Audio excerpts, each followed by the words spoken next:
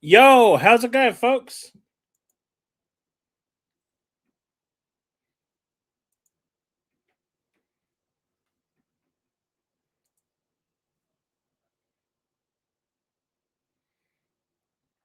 How is it going? How are we all doing today? Me late for NTE? No, I did finish the racing event though. Uh, I did finish the racing event.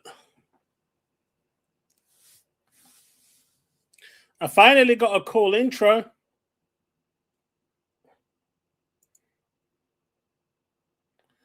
Does the camera look better today?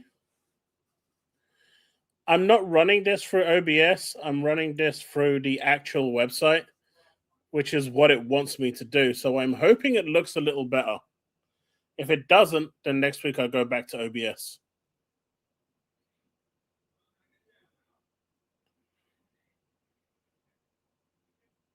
Chaos isn't late. Chaos is on time, as per usual.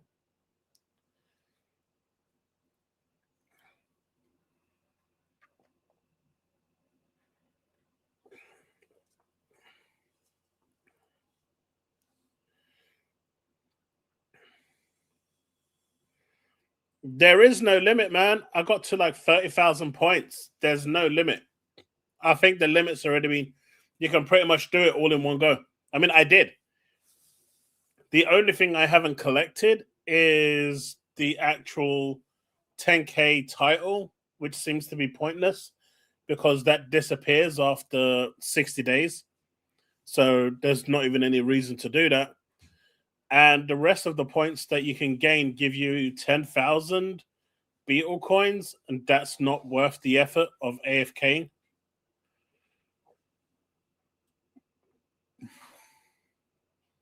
I did get lucky today. I did come across a few hackers in the game, and they finished the race super quick.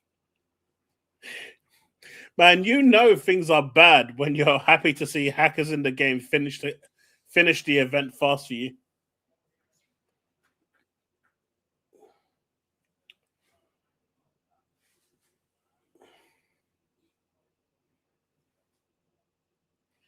You keep it. Don't say that. I was happy to be done with the event. How am I cheating?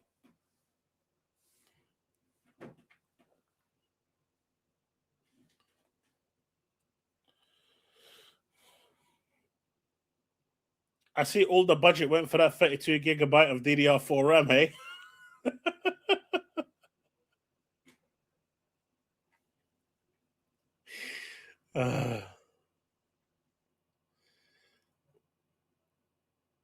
All that budget rate, you went for the RAM. Everything else, I'm just missing. It's a bug. Okay, I'll just AFK some more in the race. Only 10 more races to AFK then.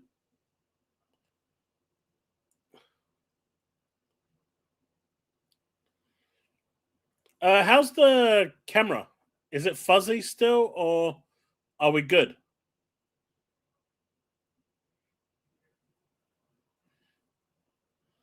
Chaos is not cheating. Chaos is supreme. Chaos is superior.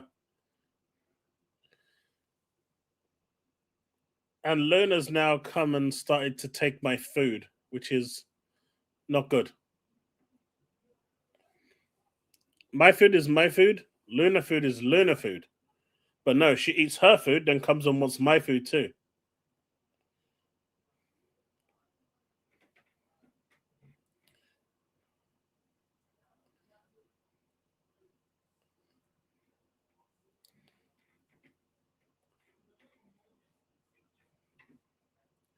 Man, it's crazy, Navy. It's crazy. I've seen the true faces of people in the last 2 days, you know, where people were hiding who they were. And,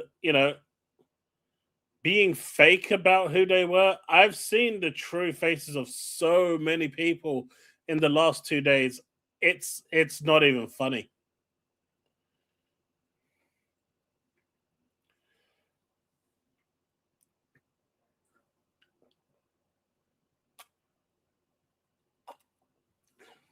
Really, Brandon?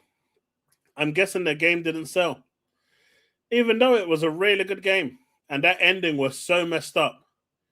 I really wanted to see a sequel because I wanted to see where it went. I haven't seen your true face, mate. You're a scouser. You're a man of many faces.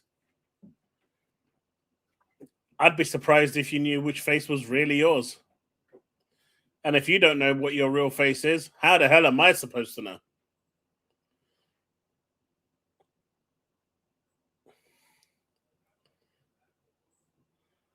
But the fakeness of people over the last few days has been crazy.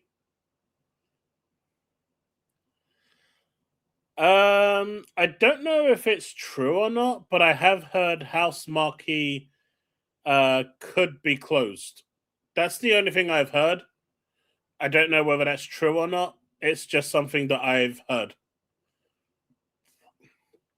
House Marquee didn't really set the world on fire with Saros, and apparently Sony is not happy with their output.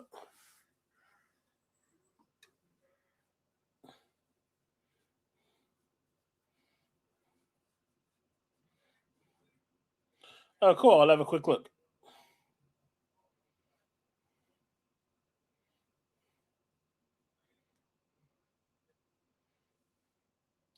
Potentially, if they want to try and make a bit more money on it, it's always possible. I mean, that would be the next logical course, right? That would be the next logical course.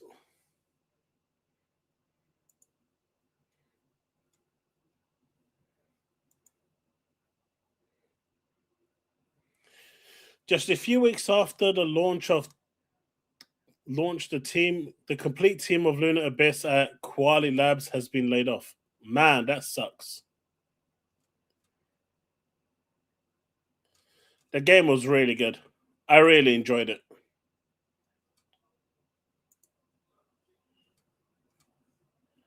That's a shame.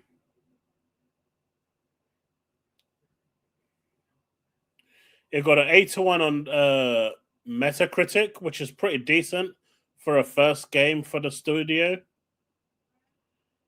I gave it, I think, an 8, anywhere between an 8 and an 8.5. So it landed right where I thought it was going to land.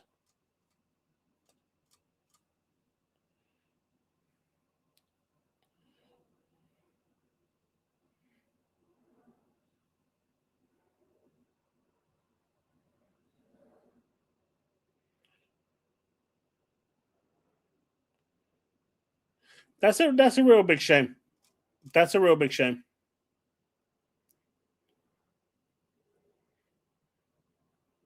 There's no reason given as to why they were made redundant either, other than the fact that they've made the game, now they can buzz off. The decision was completely outside of our control. The small team of 9 employees is now looking for work. There were a team of 9 as well. Yeah, I think I gave it an 8.5 in my review on my channel.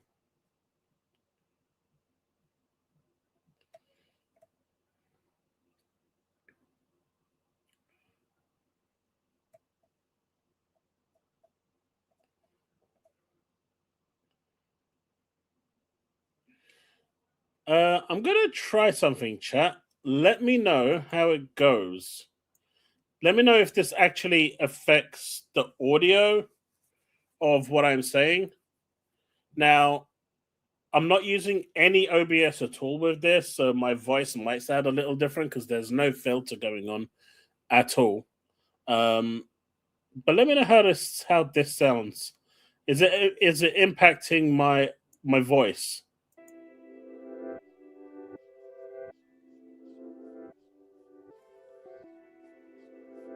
Or impacting my voice in any way, shape, or form?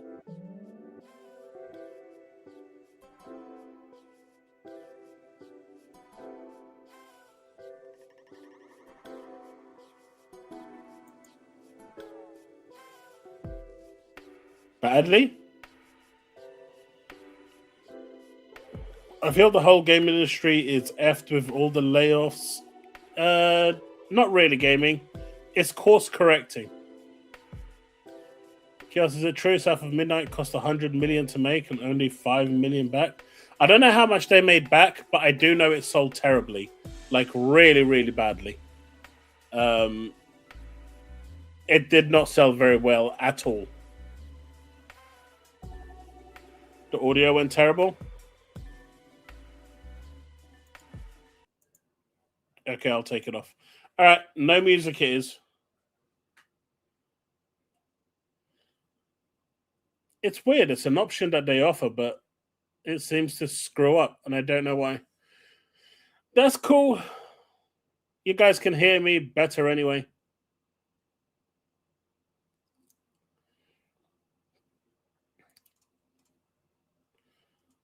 But yeah, South of Midnight just didn't sell. But here's the thing, right? South of Midnight was released on Xbox. It was released on PlayStation. It was released on PC. So it had what? 2 billion gamers out there that could buy the game. But because the smallest market out there didn't buy it, whereas the biggest markets out there didn't buy it, that's okay. But the smallest one is the problem. Is it still robot? Is my voice still bad? I turned the music off, so it should have fixed.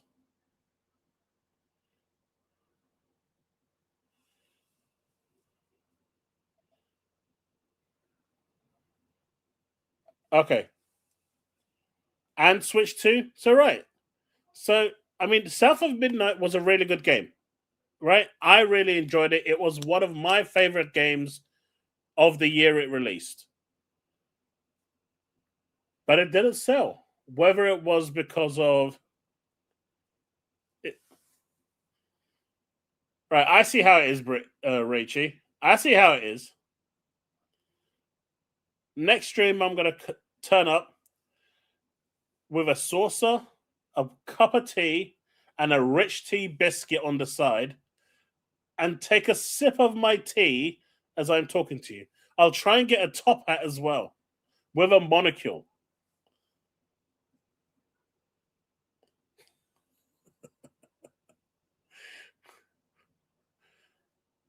That should be quite fine.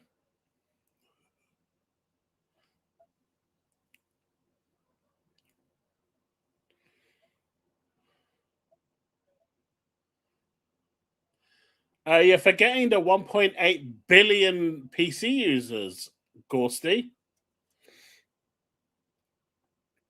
Not British, if not Yorkshire tea. No, that's Yorkshire, mate. You're not British, you're Yorkshire.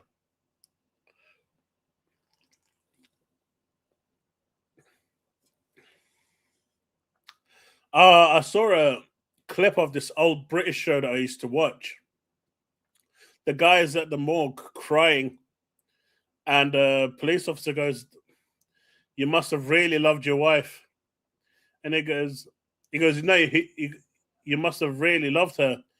And he goes, "No, we used to fight all the time. We hated each other." And he goes, "Well, why are you crying for then?" And he goes, "Because it's not her." I do miss the good old British dark humor we used to have. Guys crying because it wasn't. Oh, that was good. Guy broke down, and the cop was like, "So why are you crying?" "Because it's not her."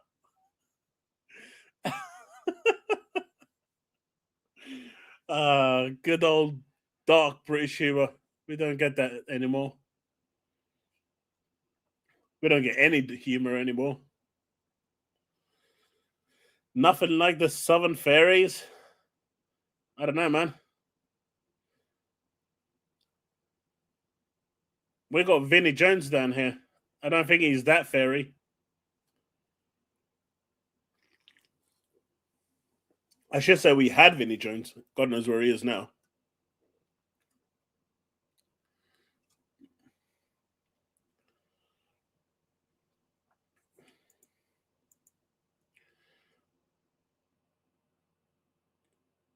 No, we don't accept him. And, you know, no British person's going to name their child Kea, right? He's probably German or something. I mean, it would make sense. No offense to my German peeps. But if he is German, you guys can take him back.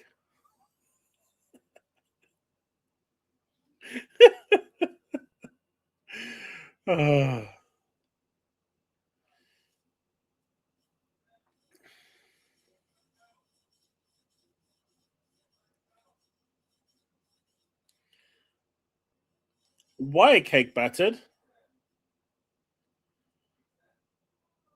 So it looks like Double Fine is safe. So this is what Double Fine posted. And I believe, based on that response, that they are safe, at least from what it looks like. That's what it looks like to me. And I'm not sure if it's real or not. Obviously, we won't know until further information comes out.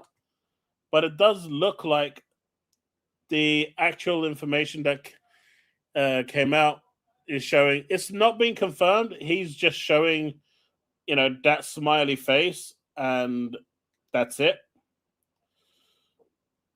So my guess is that at least for Double Fine, the negotiations have gone well, or maybe they've actually come to an agreement to go independent, and Microsoft has, you know, given them a good deal on the go, you know, for the buyback. It could be either way. An announcement from the official channels will come soon, but it does look like Double Fine are going to have a happy ending, at least for the time being. So that's some good news. Hey, Rabbi, how are you doing? Hey, Paul.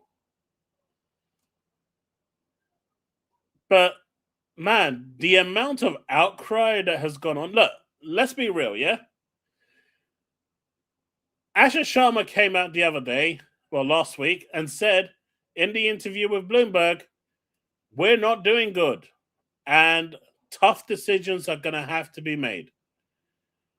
So immediately everyone started cheering, yoo-hoo! Layoffs are coming for Xbox. Let's go! That's what they were doing, right? And now layoffs have actually been announced that are happening. Xbox, you assholes! Like, it's the same people. Like, you can't win with these idiots. You can't. You can't win with these idiots. The level of double standard from these morons is beyond a joke.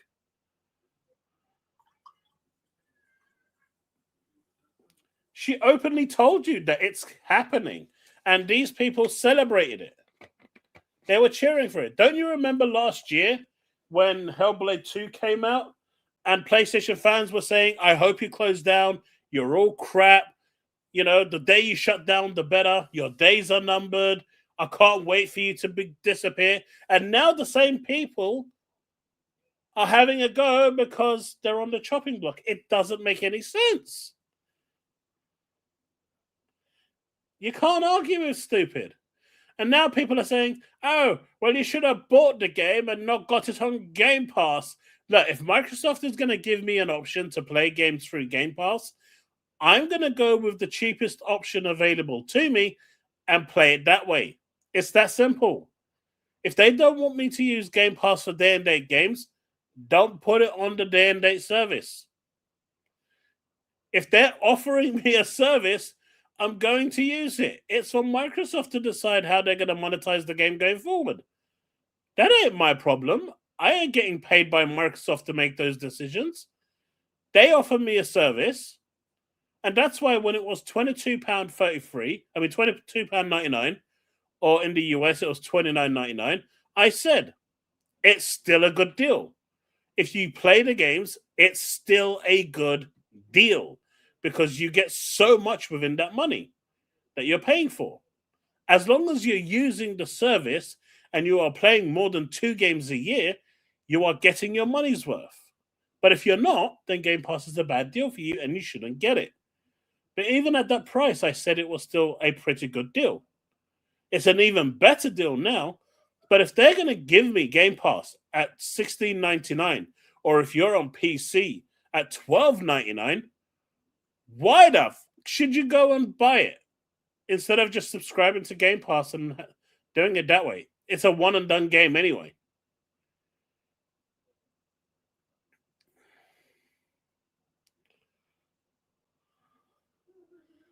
That's fine, Ghosty. But what I'm saying is, if people are playing it through Game Pass, I don't see a problem with that.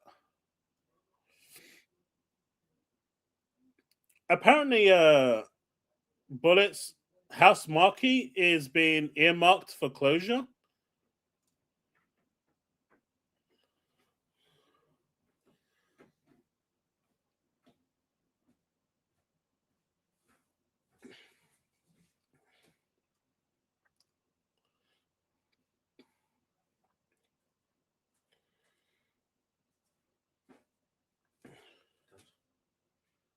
Yeah. So can I have your phone where I need it to get an Amazon code? Huh? I need your phone for an Amazon code. Are you gonna need it back instantly? Or? Nah. Where is your Amazon code, by the way? I don't know how to get it. You know I'm live right now, right? And if I tell you the Amazon code right now, live, everyone's going to know what the Amazon code is, and then they're going to try and steal my Amazon code. Okay. So I can't tell you what it is, but you can run off of it. Dreamcast guy is special, man. But you want to see something that's truly special?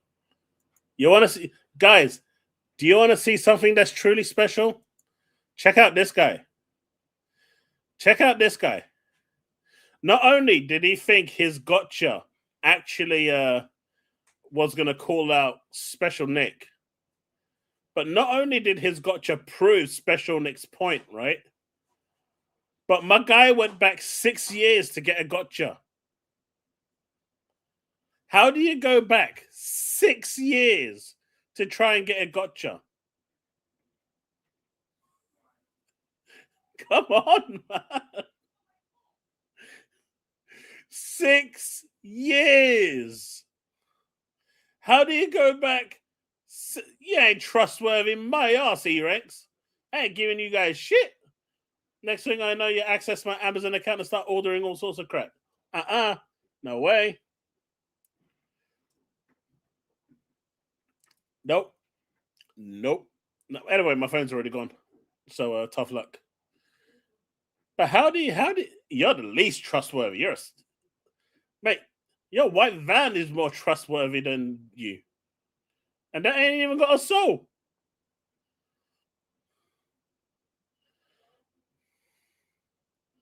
Brandon, if you want another 5090, go to Steve.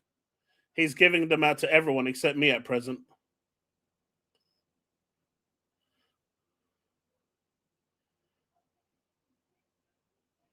It doesn't have number plates either. I know.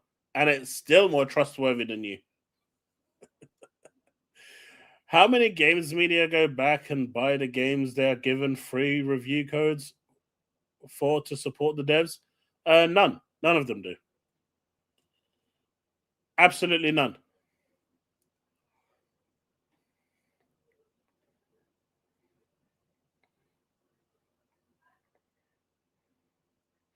None of them are. But can you imagine going back 6 years? Sorry, 8 years. What am I talking about? 8 years to get a gotcha. 6 years was for this one over here. But you went back 8 years for a gotcha. That's crazy. Absolutely crazy talk, man. But from what I'm hearing, Ninja Theory were told by Microsoft that they're going to, let the studio go. When the Summer Game Fest show, a week before the Summer Game Fest show was happening. So part of the reason why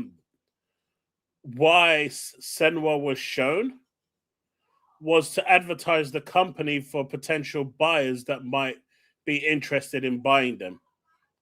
So that was a reason why Senwa was shown at the Xbox showcase. I know some people were wondering why are they even showing it? Part of the reason of them showing Senwa was to basically let the world know that this game is in development. It's quite far along, and if you want to buy the studio, you can.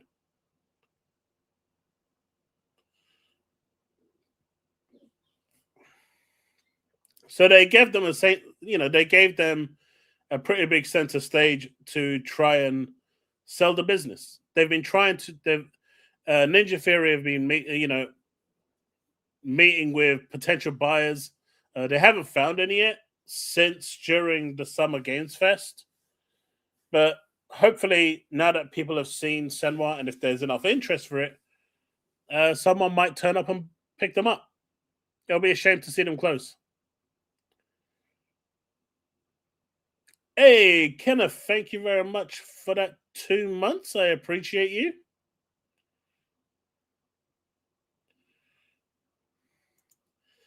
Thank you so much, dude. We are at 14 members out of 25.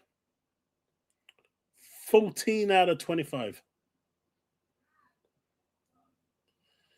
Nah, Sony's in enough trouble as they're on their own. They've got problems of their own.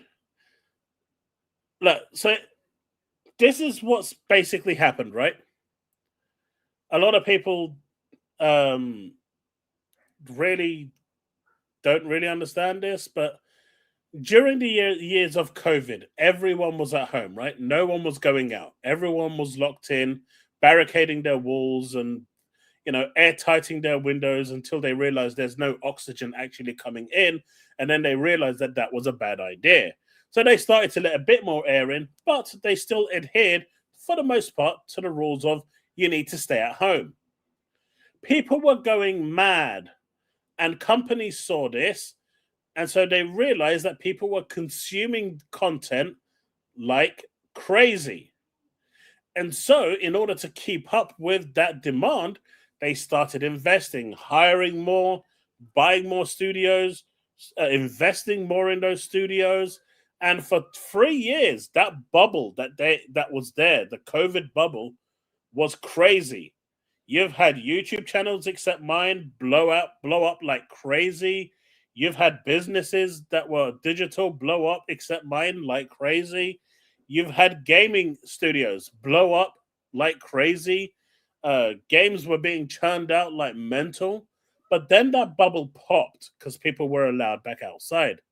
And the problem is now you've got way more supply than you do have demand. And so for the past 3 years, the industry has been playing course correct. And it's probably not going to course correct for at least another 2-3 years because they're trying to maintain what they have, but it's not really working because people are playing less, they're buying less, which means these studios aren't getting the investment that they need. And so I don't see the layoffs, the studio closures slowing down for at least another 2-3 years. It's just the industry correcting its course. There was way too much investment in those 3 years. There was way too much, push to supply because the demand was just so high because people were bored out of their brains. People were so bored of having babies, the only thing they could do was just play video games or watch TV series or movies because they were stuck at home. And so it's playing course correct.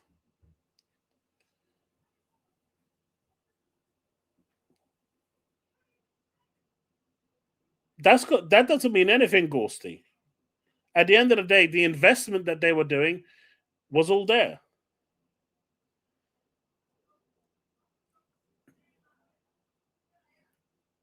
You don't have to buy that excuse, Portal. It's the truth. That's why you're seeing all these studios and all these layoffs happening throughout the last 3 years. That's just how business works.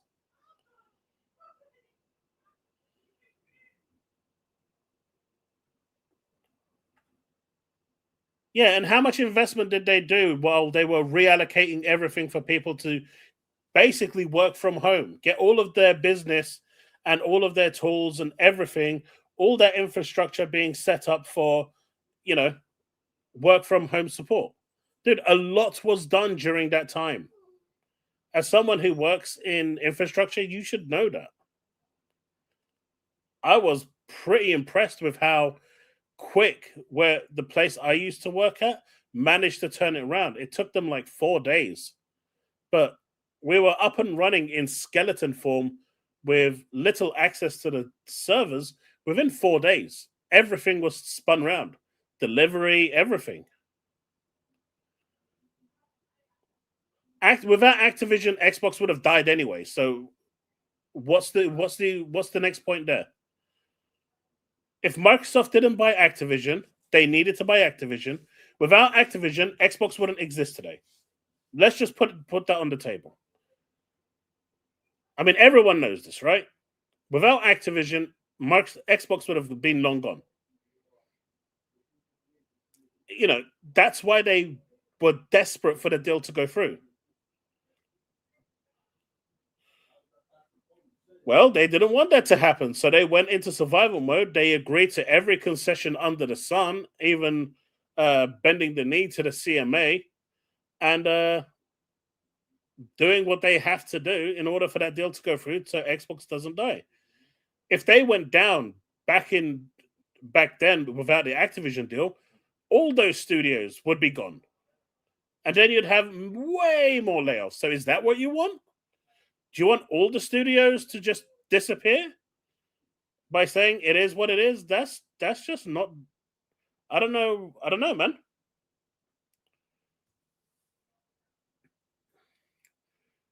Oh, I'm not saying as Xbox gamers we got anything out of the Activision deal. We got F all out of the Activision deal. Whereas with ZeniMax, we actually got a lot out of it, right?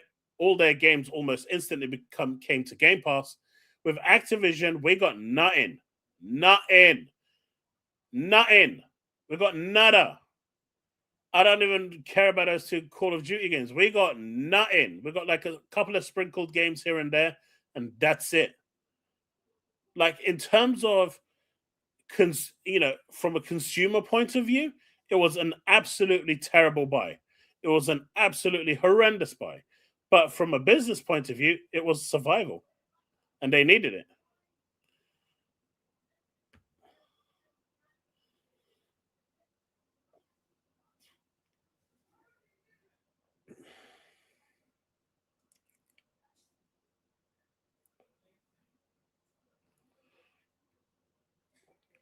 The Xbox One era just completely murdered them, dude.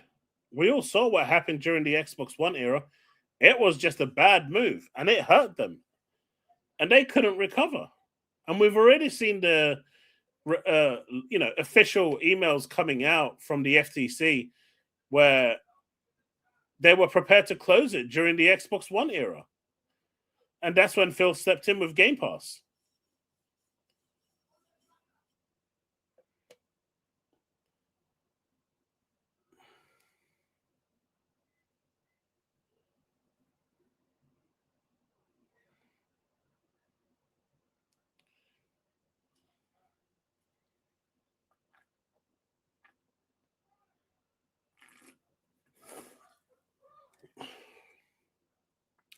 Don't get me wrong. If Ninja Theory go and Compulsion Games go and they get spun off into their independent studios or they get bought out, I think they should be allowed to take their IPs as well. You can bet your bottom dollar that Microsoft isn't going to do anything with those IPs. But right now, Microsoft is, you're going to see a lot more closures. I don't think these 3 studios are the last of it. I think we're going to see a few more over the next few months, over the next couple months.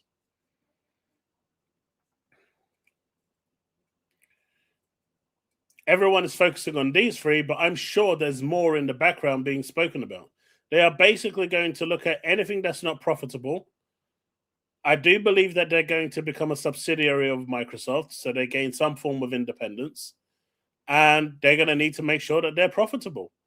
And at the end of the day, for a business, at that point, they need to make sure that it's running properly, because if it's not, they're just going to disappear, right?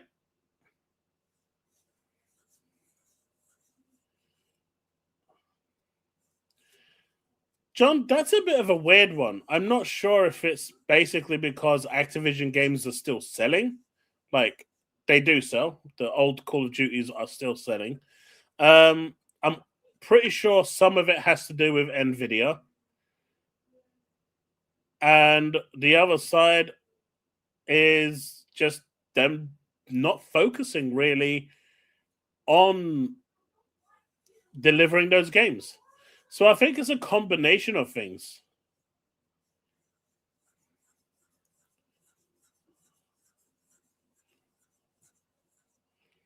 And that's good, E-Ranks. But most people wanted like all the Call of Duty games to return. They wanted like the Transformers games to be backwards compatible. They wanted more, and they didn't get anything.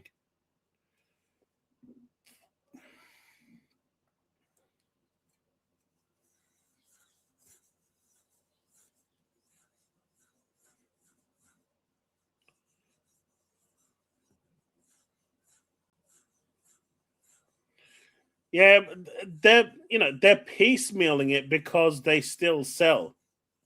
As soon as it goes into Game Pass, they'll no longer sell. And that's what they're doing, which is why I said they're kind of piecemealing it through.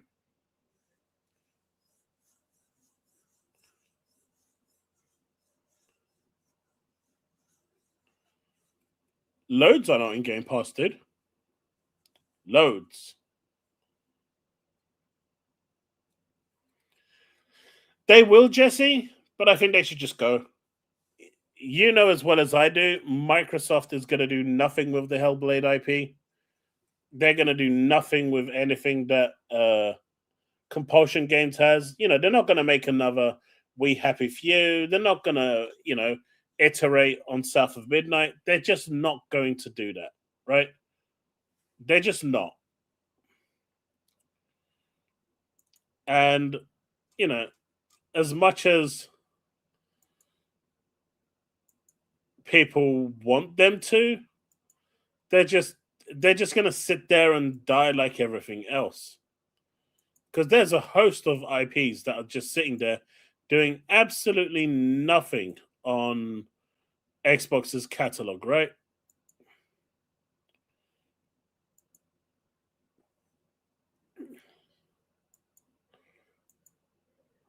What am I looking for here?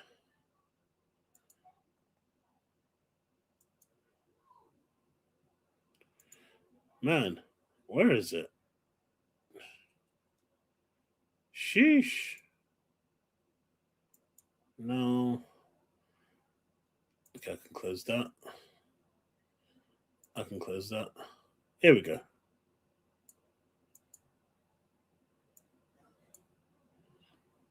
But then, you've got idiots like this, right? Who believe everything Sneaker SO says. Someone directed me to Reforge's video yesterday about how Sneaker SO said that exclusives are going back, and the games that they've already said that are exclusive, they are internally talking and retracting that, and are looking for ways to make that public. And he basically started going off and wrote like a whole essay of stuff that Microsoft is basically lying about. And so it didn't take long for Matthew Ball to come out again and say that these rumors are false. Gears of War E-Day and Clockwork Revolution will stay exclusive. There are no conversations and have been no conversations to reverse course. And as we said last week, players can continue to expect signature exclusives from us every year. In fact, they've already acknowledged that Gears of War and Clockwork Revolution is going to make less money by being console exclusive. But the way they're looking at it is that in the long run, it's going to do more value to the brand and to the image of Xbox than the short term profits. And that's the right idea to have.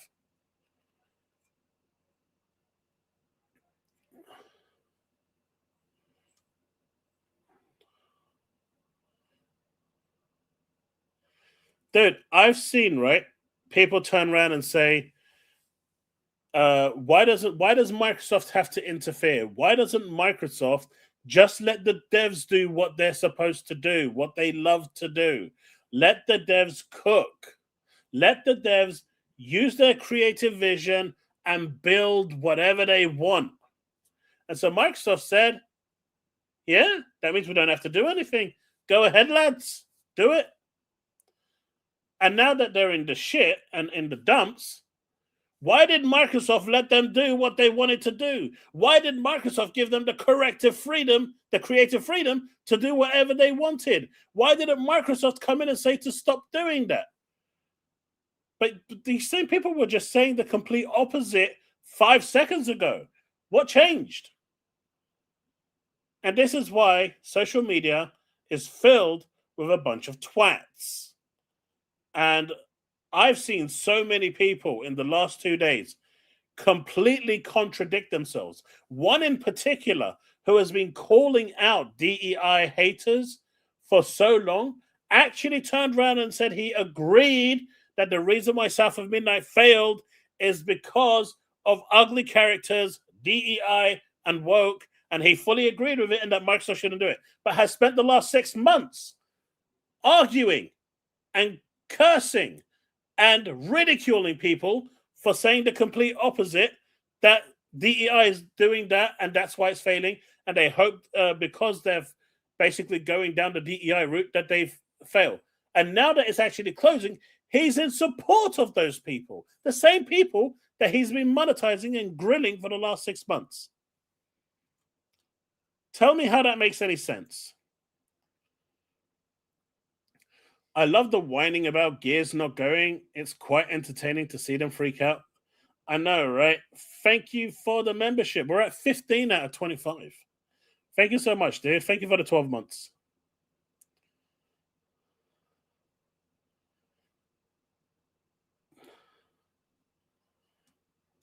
You know, you can't have it both ways. You either want to give them creative freedom or you don't. It's really that simple. Mate, PlayStation fans literally have a shrine in their house built of sneakers. They worship that dude's every single word. Steve's favorite YouTuber that he keeps on funding with 5090 graphics cards. I mean, it's crazy. I think Reforge now has about 10 of them with how many Steve has sent him.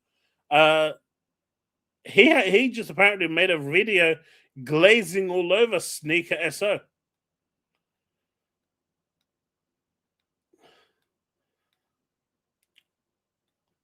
Navy over here, we refer to him as the egg. Taking 7-8 years for South of Midnight. Yeah, look, the budget is crazy. I ain't gonna even deny that. 100 million for South of Midnight is mental. But from what I hear in America, salaries are ridiculous. Salaries are completely out of control, especially in some of the more expensive states. It's crazy expensive. People getting paid like $150,000, $200,000 a year. People in the UK would love to see, developers would love to see that sort of money. I assure you, they don't see that sort of money. Not over here. So I think, you know, it's a combination of things.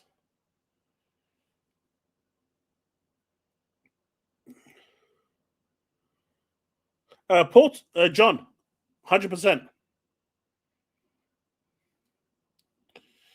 You make 30K as a software developer? That's pretty low. What, in the UK or in the US?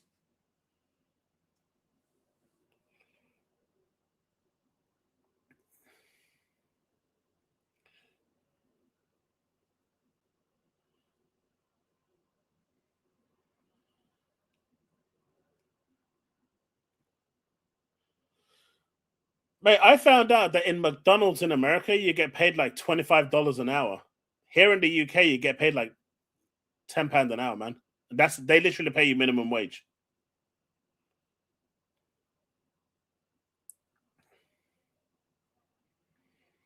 Apparently, an average salary in McDonald's in America is like 70 grand a year. You're lucky to get like 20 grand here in the UK. 22 would be seen as a bonus.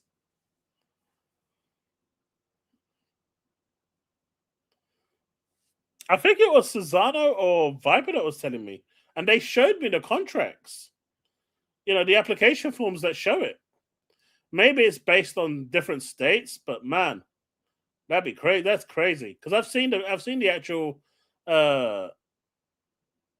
minimum offered. It was over $20 an hour. But I don't know what state it was in.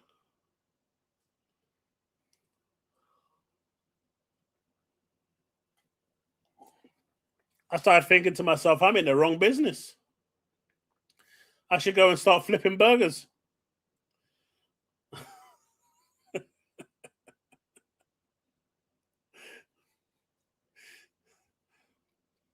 I might as well join the rest of the Destiny crew and just start, looking for jobs at KFC or McDonald's. Too soon?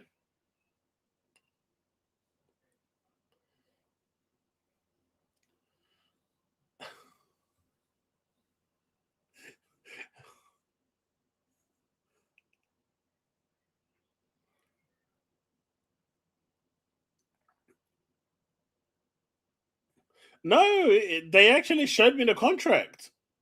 That the application form, well, not contract, but application form of what the minimum salary is, and it was over $20.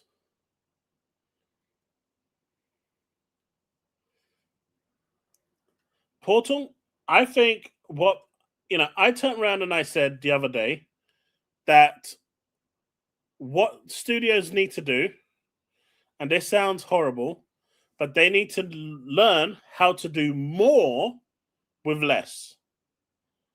Because Corey Barlow, I think that's how his name is read, the God of War director, he turned around during Ragnarok and said, at the time when a studio was closing, Sony basically told them, "Hey, here you go. You got 30 more people that you need to, get working."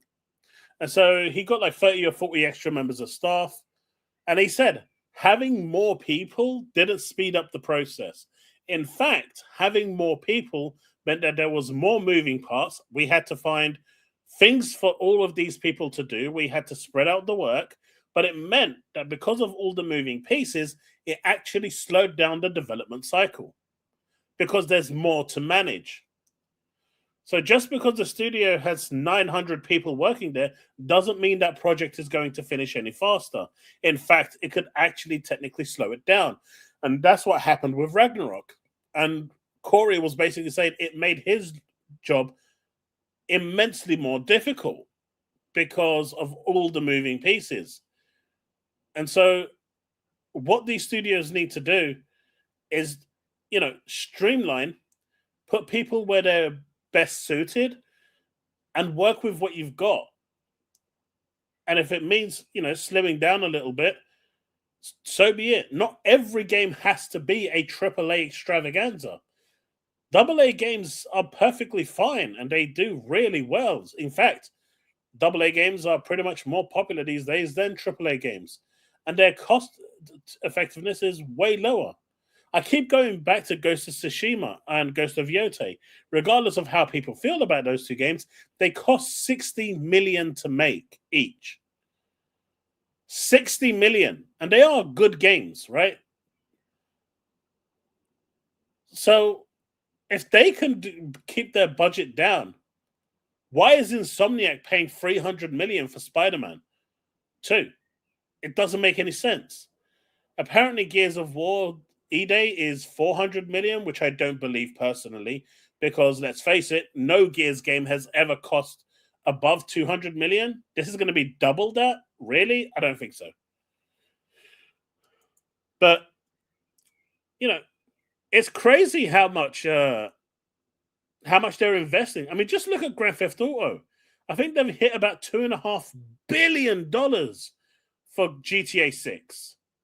Can you imagine if that game does not sell or if it comes out badly?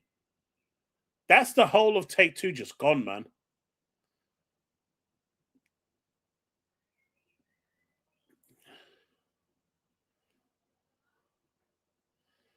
Yeah, California is a ridiculously expensive state.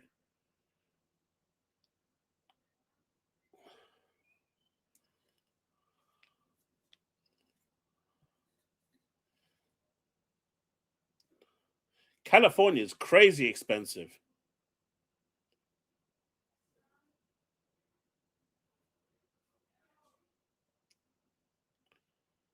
But I feel like, that studios just need to do more with less.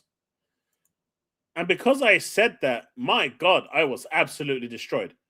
I was really, mate, there was no coming back from that.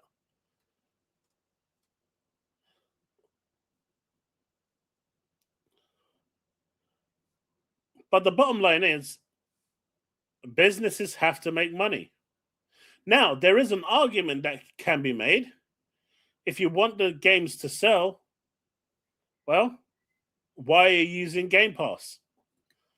That's a valid point, right? That's a valid point because Game Pass doesn't really give any of that money to studios. They get a small portion, a tiny portion, but they don't really get much of that money.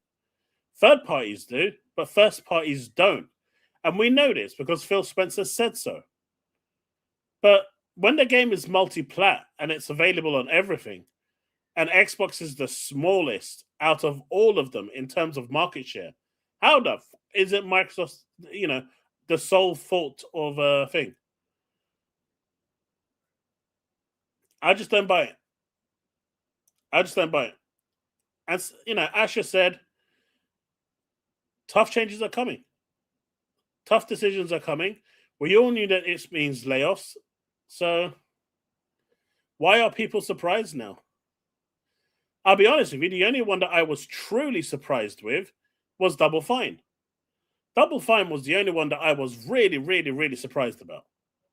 Because their games are perfectly suited for Game Pass. Right? They're not games that will, rock the world. They're fun, creative little games that are perfect for 4 or 5 hours in one evening. But the rest, I mean, apparently Arcane is also on the chopping block, Arcane Leon with Blade, though whether that's true or not is unknown. There's a couple more studios that have been rumbling about that might also be on the chopping block.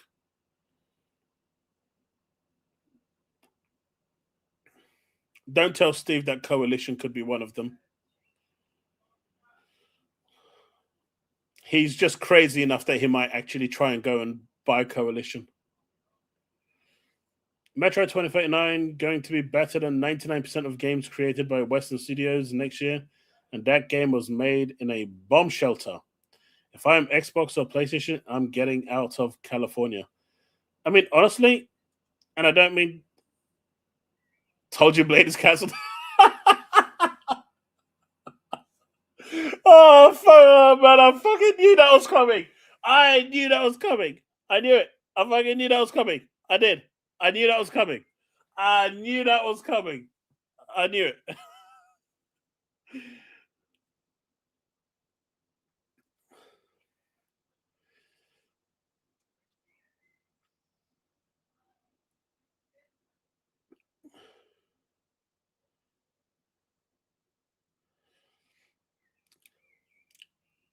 Navy, I'm only going by what Phil Spencer said. Phil Spencer, in an interview with IGN at the time, turned around and said that these studios, when they need to basically make their own money. They don't, they can't rely on Game Pass to make the sales for them. They need to sell the games themselves, and they've got their own profit and loss. When you have your CEO turning around and telling you, saying that means that they're not really getting much from Game Pass. and that they do need to rely on the selling of the software. It does look like Game Pass itself has its own kind of revenue structure of what it costs and what the profits are, and it's separate to the studios. Third parties get a good, get paid handsomely, but it looks like the first party studios, they need to battle it out for themselves.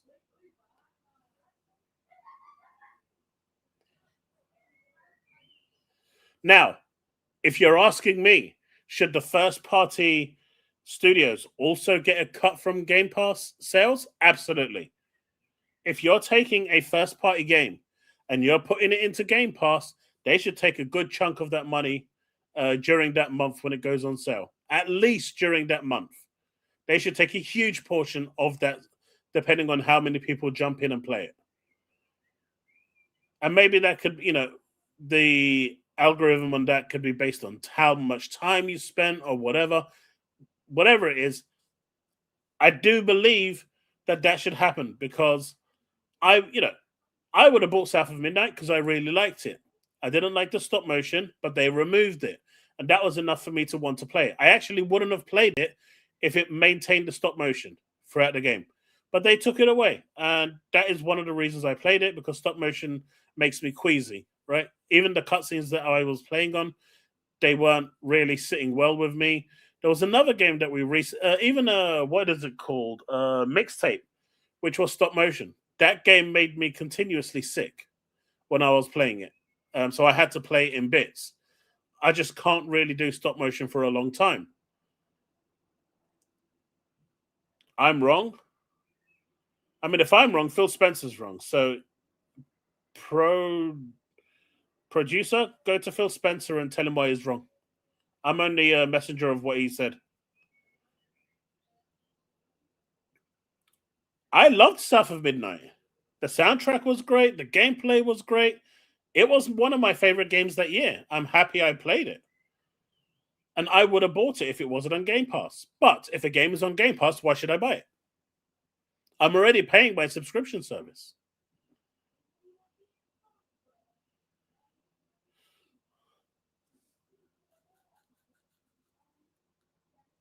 I mean, they get their salaries. That's not what's being told here. Salaries are different to development costs.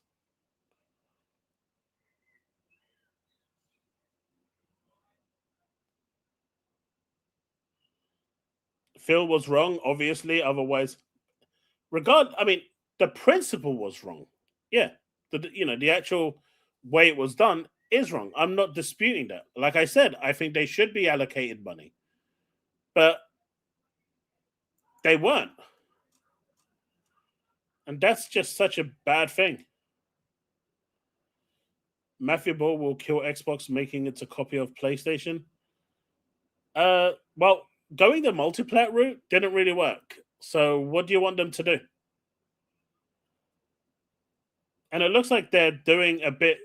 They're not going down the PlayStation route exactly, are they? Right? Because if they were going down the PlayStation route, everything under the Xbox umbrella would be exclusive to Xbox only. That's not the case. The games are still going to be released on PC, on the Steam store, which isn't Xbox, and on the cloud. So they're not exactly doing what they're doing. On top of that, some games will still be multiplayer as well.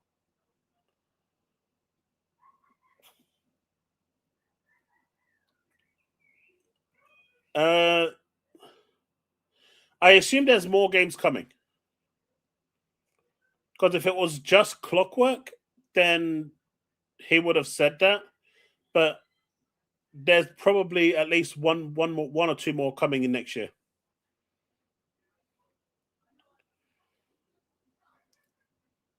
Woodpit, as I said, Microsoft showed that game. So during the Summer Games Fest, a week before the Summer Games Fest, Ninja Theory were told that the studio was being sold. It's not making enough money.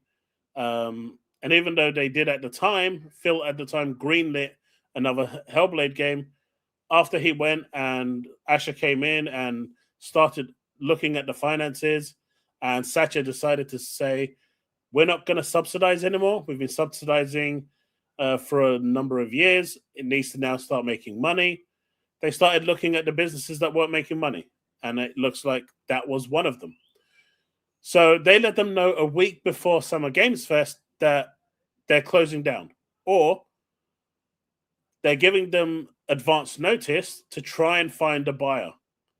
And so during the Summer Games Fest, they were looking for a buyer, and they put the game into the Xbox showcase to showcase the game, to show where it's at to any potential buyer out there that might be interested in picking them up.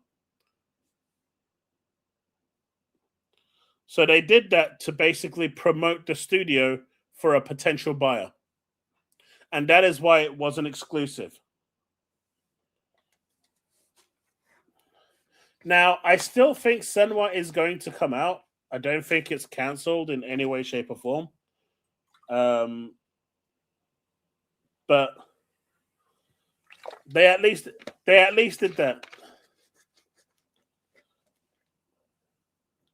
Also, that notion of 814 million that all the PlayStation fanboys are running wild with for Perfect Dark is fabricated as well, apparently, according to multiple sources. Nate the Hate, Jason Schreier, a couple of others have all basically said that the person that basically made that number up is known to make up fiction when it comes to stuff to try and promote themselves as an insider. Believe that, take that as you will. I'm not really diving into that because I have very little care for it. It's old news. But, I know a lot of PlayStation fans are latching onto that, but all their respected insiders, the ones that, they bend over for and want to, shine those apples for them,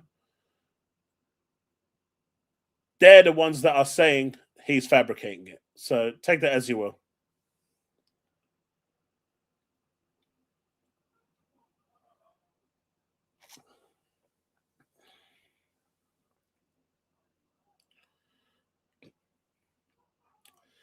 I didn't, but they also said that what is it?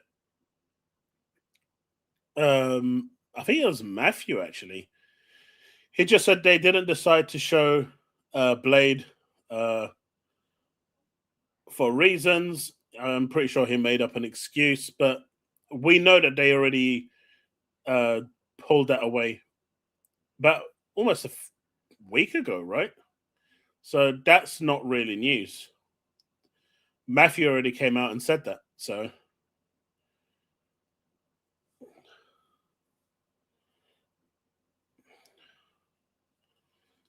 I know, right? E ranks, but this time their own lords and savior, the ones that they look up to, the ones that they worship, the ones where they lick their boots, those are the same people that are actually telling them that they're wrong and they're spreading bad information. So when you've got your own, your own messiahs turning around and telling you, my child, you are wrong. You are spreading misinformation and you should stop this at once. That's when you know shit's gone wrong in the most emphatic way. And this is why everyone should be playing gacha games. I'm just kidding. Wuthering Waves is coming out soon. You should definitely check it out. Xbox is advertising them right now.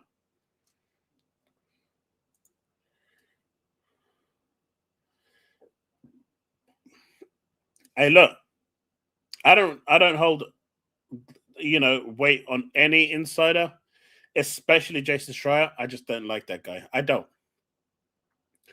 But PlayStation fans worship these people, and so it's the same people that they worship that is saying that they're wrong. So they don't really have a leg to stand on by trying to argue that the people they worship is wrong.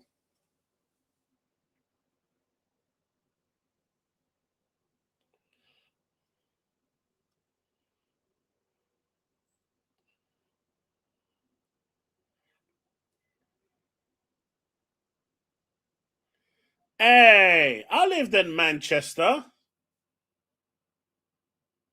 I mean, it was for a short while, but I was still there.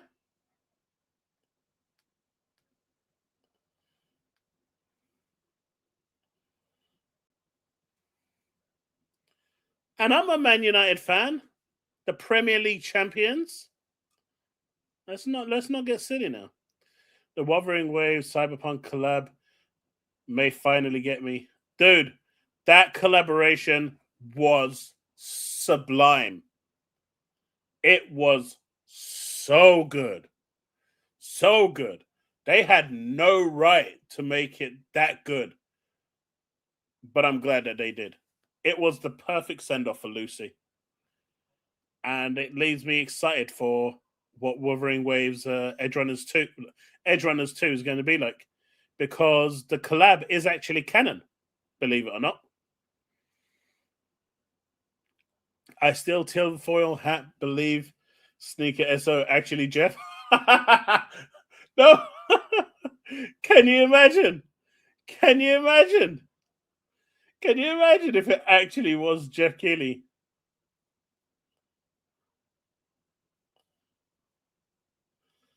You work there, and the only United fans you know are from different parts of the country. That's because you're on the blue side and not the red side.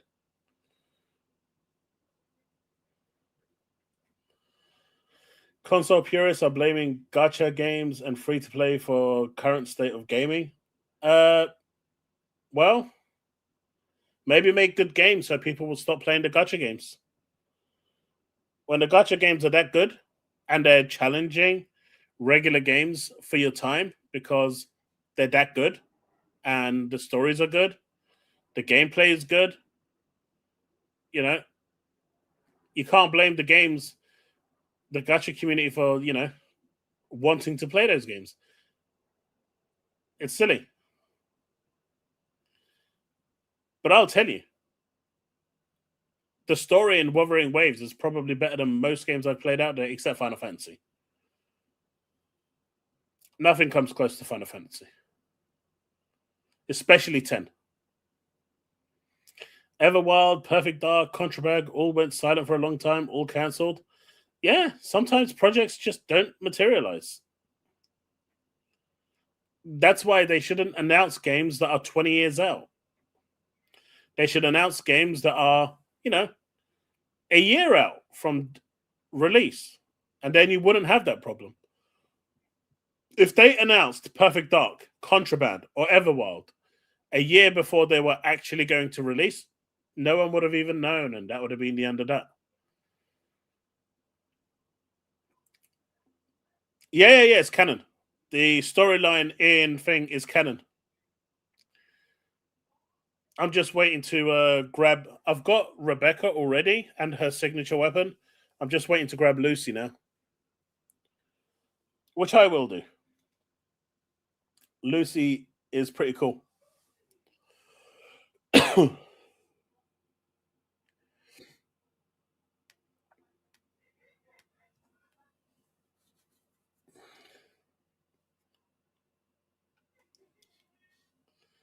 DEI and game development studios, where are the issues?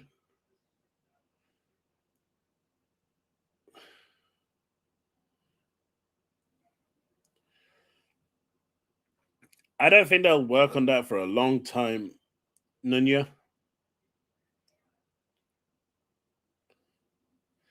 Gacha games are amazing. Not my fault the West makes so much trash. I mean, there's that, right? But look at it, man. Show me one developer, show me one Western studio out there, right? One that wouldn't like to make 40 to 80 million dollars, and that's just on mobile revenue, right? Just mobile revenue, not including PC or console. Show me one Western developer that wouldn't want to make 40 to 80 million dollars a month on one game. On one game. Show me one studio out there that wouldn't love to be doing that. Can you imagine the revenue from that 30% that you're going to be making on consoles? Hot damn. That's a lot of money.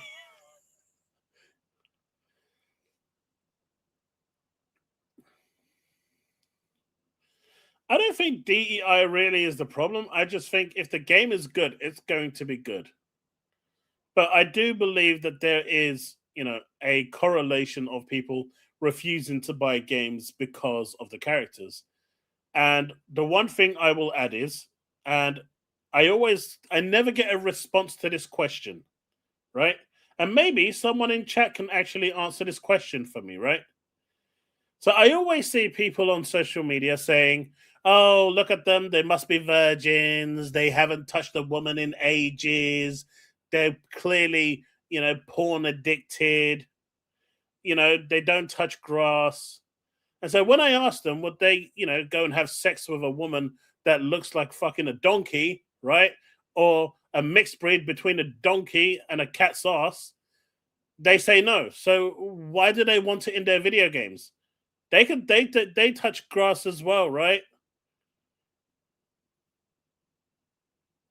See, when you turn the tables around and say, why don't you actually go and have, a relationship with someone that looks literally like Shrek? They're like, no, I wouldn't do anything like that. Wait. So you're saying that you're exactly the same as these people? That these people just want to look at something nice in their video games? Now, don't get me wrong. People like Smash and J Viper, they're just stupid. They go way too far. They take it to the extreme. But there is a fine balance that you can have.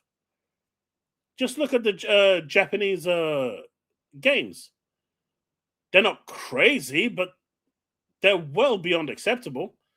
So when you're looking at someone that literally looks like a pig, and then and then people complain about that, I think they have a very valid point. You play video games to escape. And when you ask them the same question, why aren't you doing this in real life? They shut up and don't respond, and then they block you. The double standards are really out there, man.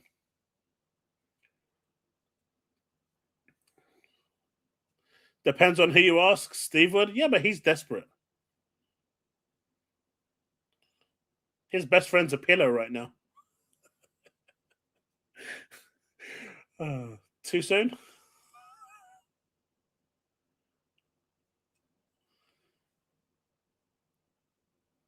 Look,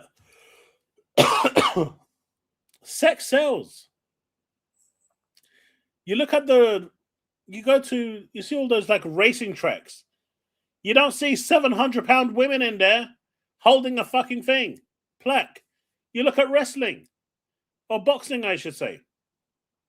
You don't have a 500-pound woman holding up a plaque, do you? No, they put people that are attractive there to keep the gaze focused in a certain area because it sells. If it didn't, they wouldn't be using it.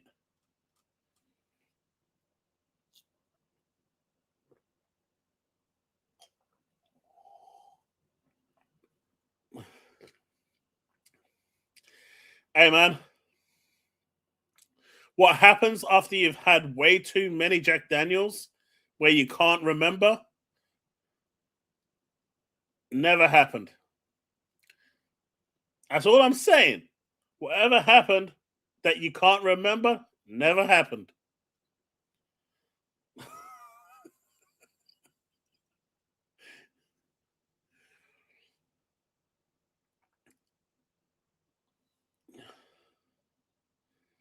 Man, do you remember the days of Extreme Beach Volleyball? I can't even show that now because YouTube would probably demonetize me straight away.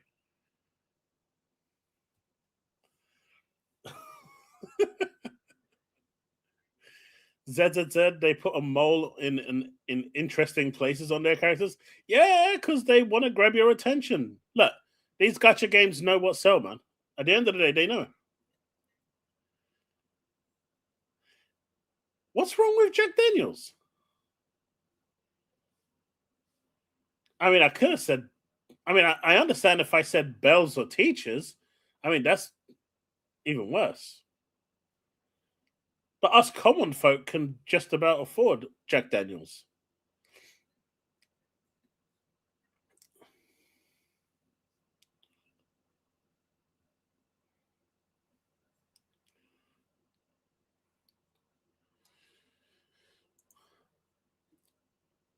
And, and with Activision doing it, there's no way they'd fail. Look, they made Call of Duty. Man, just look at Overwatch, man. Just look at Overwatch and go, that's all I have to say. If you know, you know. Even the actual director of Overwatch has commented saying that he just doesn't understand how and why that trend began, but it promotes the game and it is what it is. He can't stop it. I'm telling you, a mole can be.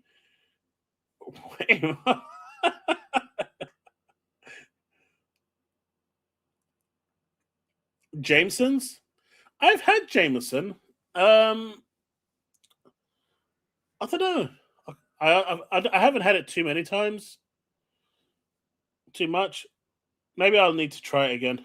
And I know I only drink JD because my brother just loves JD. I personally don't buy alcohol. It's just when I go around his place. He loves the stuff. Mate, it gets people playing Overwatch, doesn't it? But when the news broke out about compulsion games, you've got Zare over here. If anyone is looking to hire a Peabody and BAFTA winning senior writer, I am looking for work. I've got 6 years experience in games, everything from indie to AAA. I am not married to staying in games. I don't understand that statement. I am hoping to relocate to the Bay Area, whatever that means. I am keeping my ears to the ground. There is so much in this statement that I don't understand. But she's an award-winning writer, I guess.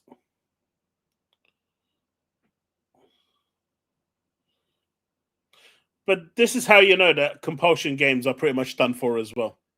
If their staff is already out there advertising that they're looking for a job, San Francisco Bay Area, okay. Is triple distilled so smooth? I'll have to give it a try.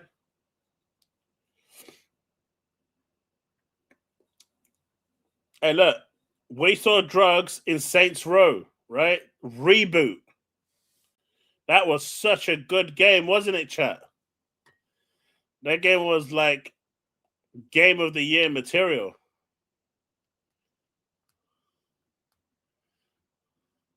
Oh, that's what it means.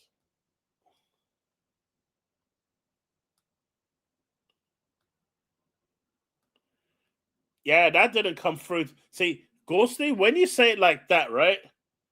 When you say it like that, willing to work in other industries, not just gaming, wanting to move to San Fran ideally, that's way more easy to understand. That tells me exactly what it is you're trying to say. That didn't tell me. Yeah, don't play the reboot, Mifu. You don't want to play the Mifu.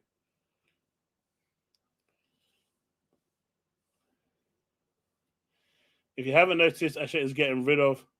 I mean, Asha is cleaning house. That is what she's doing. She is going in and she is cleaning house because Xbox has needed a restructure for a long time, and neither set. So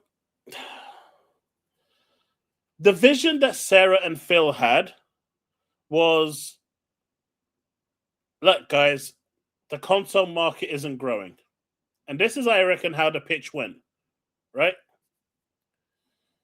But we've got 2 billion users out there that use TVs, use the phones, use their tablets, use their Fire Sticks. We want to capitalize those people.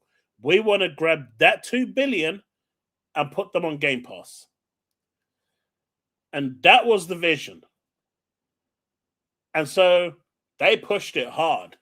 No console needed. This is an Xbox. Throw your Xbox Series X and S away because you don't need it, right? A mobile phone is an Xbox, and it didn't work. And instead of the Game Pass sales going up, after the price hike, they went drastically down. And so that strategy just didn't work. But the amount of damage it did was unconscionable. So honestly, it just feels like they're just trying to do, at the time, they were looking at things that could, make them the most amount of money in the easiest way. And they really did, ironically, for a company like Microsoft, put all their eggs into one basket. They really believed, genuinely believed, that by pushing Game Pass out to everyone, to your TVs and everything else, that people would subscribe to it. I think they found out the hard way that casual people just don't care. And the majority of the people, don't care. The gaming community is finite, and people still want consoles.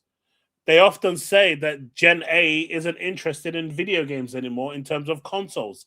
They're all on their mobiles and PCs. However, a recent study, what the fuck? What are you? What are you? Can't see it anymore. It's gone. A recent study showed that 69-70% of Gen A kids prefer to play on consoles. So the notion that the Gen A is moving away from consoles is bullshit as well. I would have been okay with everything as an Xbox. The first party games were exclusively not on PlayStation. Yeah, I understand that perception. And I understand that. Dude, I worked in a marketing agency, right? Digital marketing agency. We did Microsoft UK's Xbox marketing for years, right? I think the last one I worked on was the Hellblade 2 one before they basically said we're not doing any more advertising in the UK. They literally slashed the budget to like patents. They just said we're not doing it anymore because they weren't getting a return on it. But the people that were working on it, who were casual gamers, keep in mind we're working in a digital, infrastructure here. They're marketing. They're supposed to know the brand and everything else. They didn't know what Game Pass actually offered. They just knew it was a service that Microsoft was offering. But they didn't know that you got day and date games at the time. They didn't know that they had different tiers or for PC only. They didn't know that it was the Netflix of gaming. They didn't know. They didn't know. And so there's a massive awareness problem. They pushed it out. And that ad that they did, the campaign for This Is an Xbox, that wasn't aimed at you and me. That was aimed at people like them. I just don't think it reached wide enough. And even if it did, I don't think they cared. These people play games for like an hour a week. They're not going to sign up to Game Pass.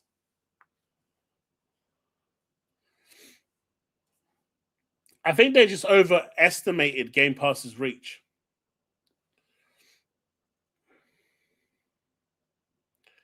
It did, Ghosty, because I worked on it. I worked on the banners on websites that it was thing. I was one of the people that worked on it. The problem was, and the problem is, most websites have ad block, so you don't see them. Kind of defeats the purpose when you're using ad block, isn't it? They just needed to have it in places where people are watching, like on Amazon Prime, like on Netflix, right? Disney Plus. These things should have been advertised on those services. So when the adverts kicking in, people see it, it would reach more people. Dude, they don't even advertise at the Super Bowl anymore. When was the last time you saw an Xbox ad? I know they had a Surface ad this Super Bowl that went by, but when was the last time you've seen a Super Bowl ad? I think it's been 2 years now that they haven't put a single ad out in the Super Bowl. Kill Steam and Game Pass will grow. Dude, I think they should stop releasing on Steam as well, but They won't do that.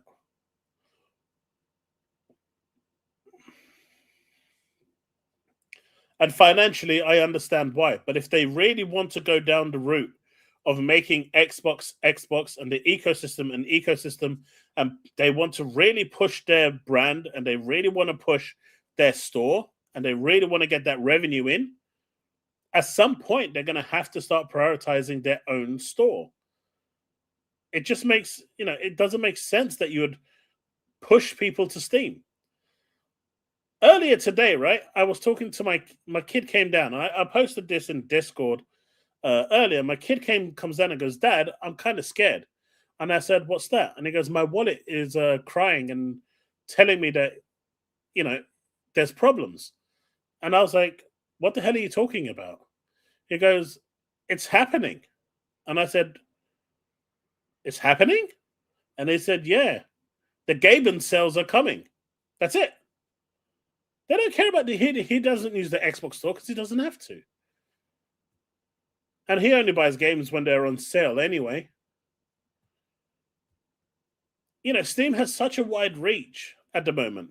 And the Xbox PC App Store is missing so many games. So many games.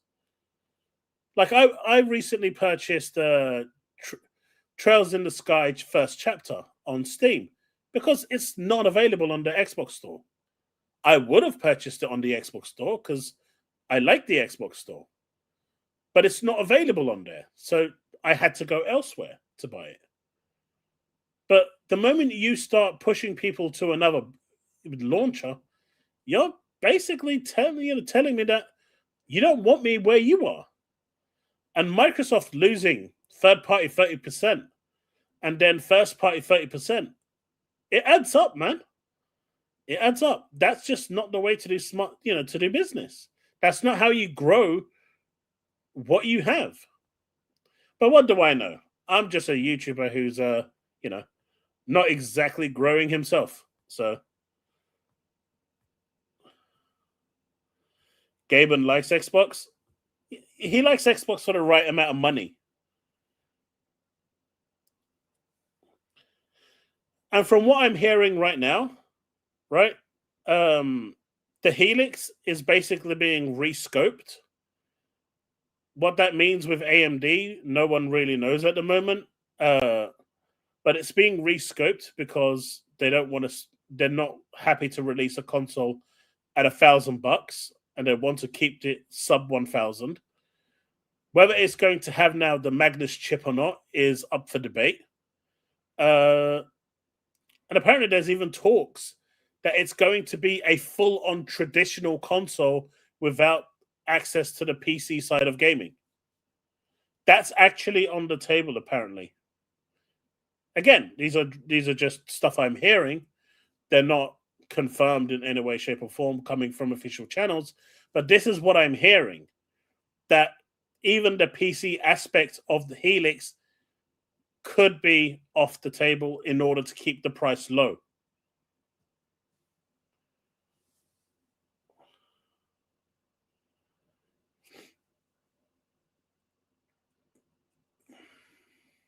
Your kid is wise, a wise individual. Must get it from the middle. Why are you gonna do me dirty like that, Ghosty? That's just mean.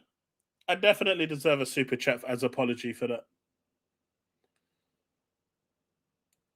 Right now, Xbox Microsoft should be more aggressive on PC. They should make games more attractive to play over pirating it. And how are they going to do that? If someone wants to pirate it, they're just going to pirate it.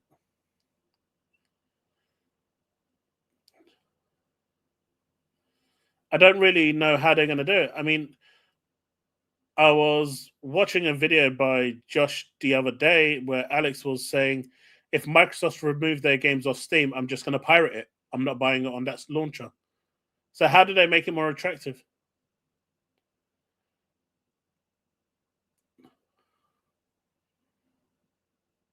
Xbox is doing exactly what they need to do and trimming the fat and getting rid of the uselessness. Iceman, there is some truth to that, right? They're doing what they need to do.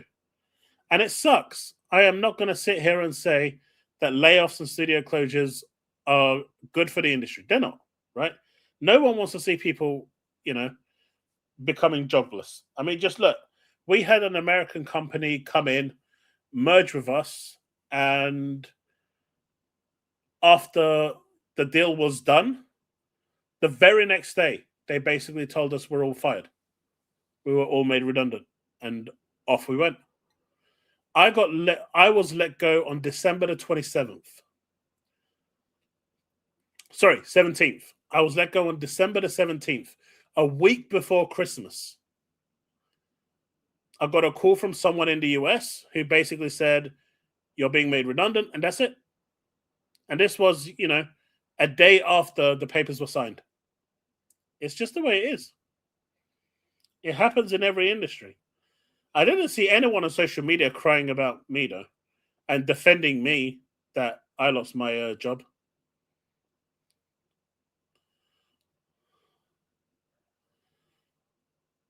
Playing Web of Shadows.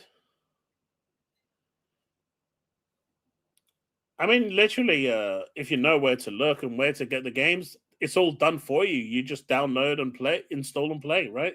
Hey, hell, you can even add it into the Steam, your Steam launcher, or your Xbox launcher, or your One Live launcher.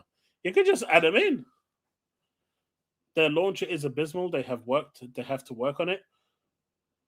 I mean, what is wrong with it? Like, I often hear that it's abysmal. But outside of the mods, which it doesn't really work well with, what is wrong with it? You've got to search to find what you're looking for. If you want to play the game, you click on play and it boots up.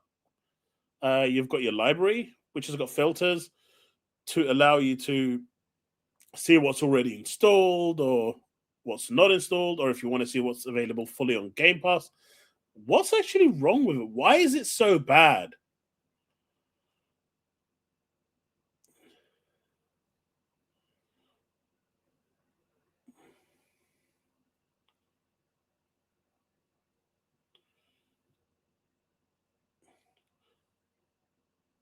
So technically, they were just talking about how Coalition could be next on the chopping block, Steve.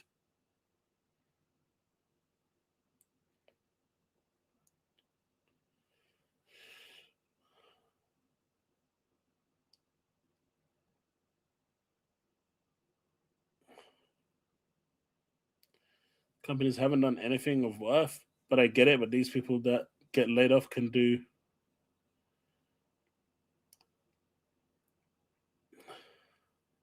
Can't wait to play Path of Exile 2. That's one game I'm never going to get into. Anyone in this chat could lose their job tomorrow and Twitter would be silent. Exactly. The selection is the number one problem. Goggle, I'm joking. Steve is a massive Gears fan. I don't want... Look, it was a joke, right? Steve is one of the biggest Gears fans I know. I was just trying to piss him off. It's a running joke. There is nothing wrong with Coalition. They are not up for closure. I do not want this going viral in any way, shape, or form. It is not true. It was just me trying to annoy Steve. Just so I'm clear, Coalition is fine. There is no problems with it. Shit, that shit's going to get clipped and then fucking pushed viral.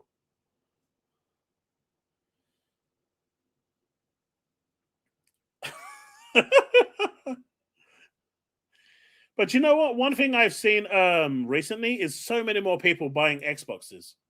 My timeline is often filled with, every day I'm seeing like 4 or 5 people buying an Xbox Series X.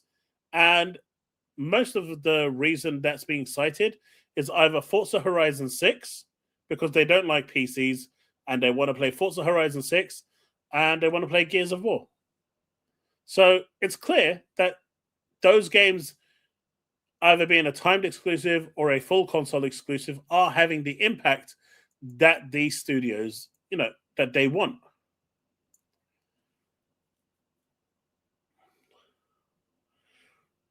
I still need to jump into the new expansion for Starfield. I've not had time. I'm currently playing through, like I said, Trails in the Sky first chapter. So There's a few games I want to jump into after that, but maybe that'll be like on something I do on the side. But I do want to get into it.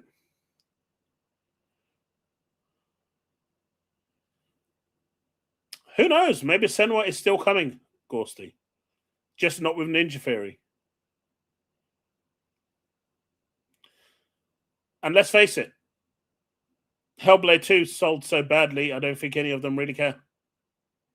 That's the harsh reality of it.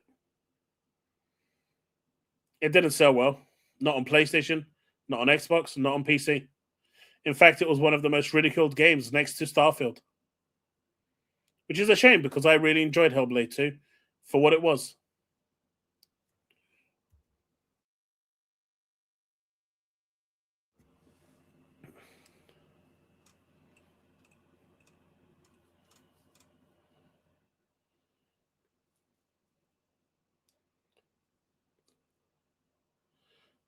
Chat, I'm going to be right back. Give me a minute. I'll be right back.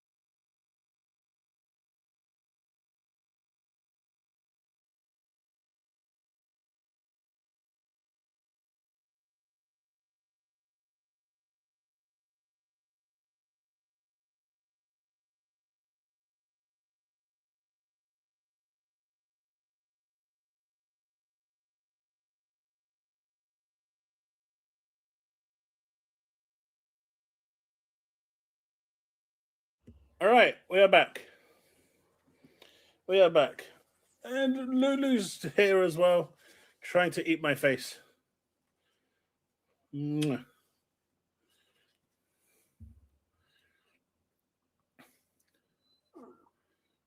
Oh, you're tired, aren't you? Yeah, you are. All right, what did I miss? Guess what I'm doing right now? Playing Witcher 3.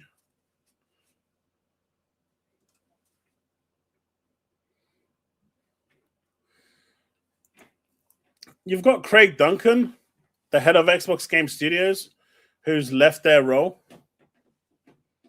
The star of the show arrived. Mwah. What's up, my little buddy? Hmm?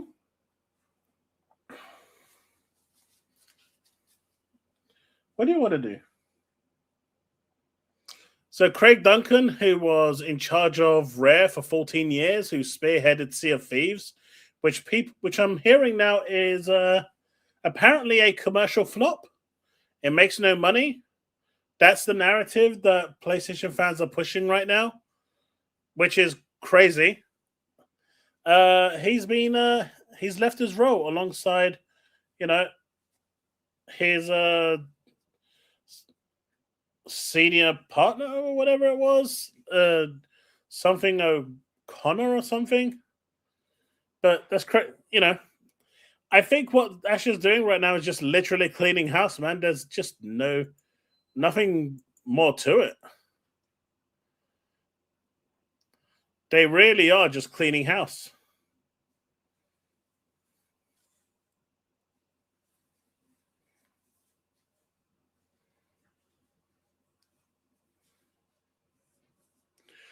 But,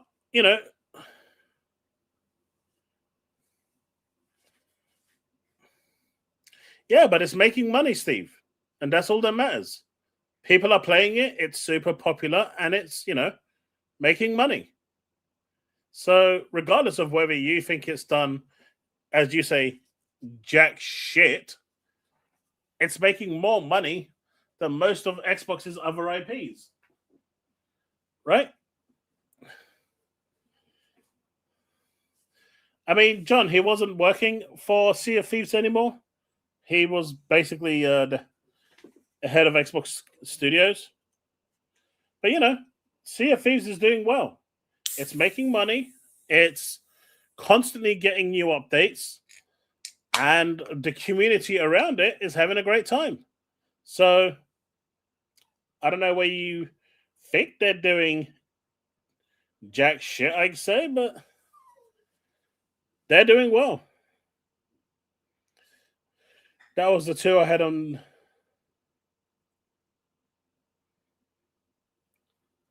Quite enough to be sustainable, from what I've heard.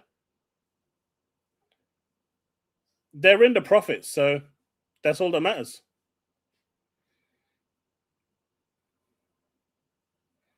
Because if they weren't, they'd be getting shut down, and that's how you know.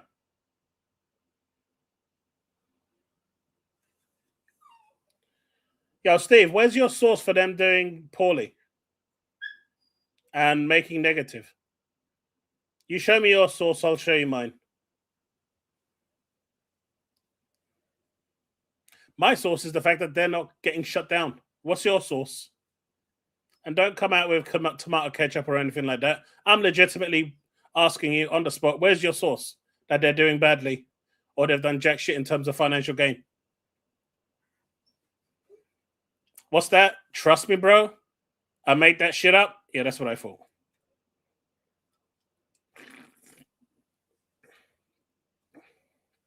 Asha is clearing out. Phil, she's just doing a massive clear out, man. She's doing a massive clear out, and it's crazy just how much it's clearing out. Even Treyarch, right? I don't know if this is actually related or not.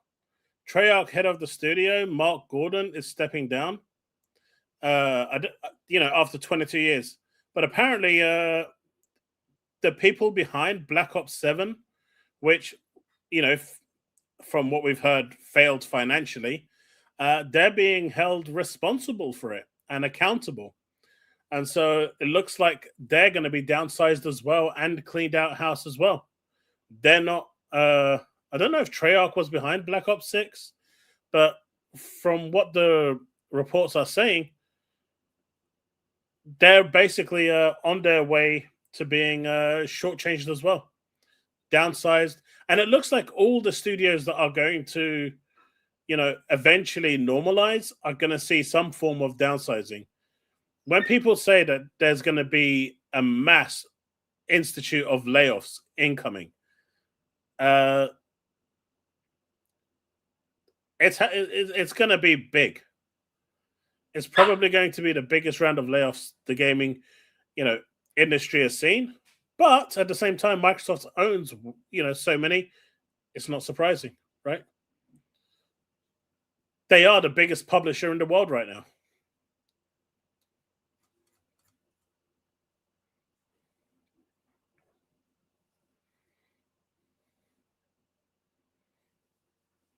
They already are, to be fair.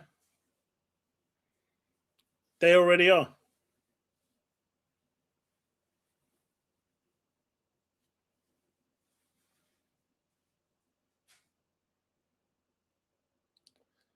So that's really not surprising.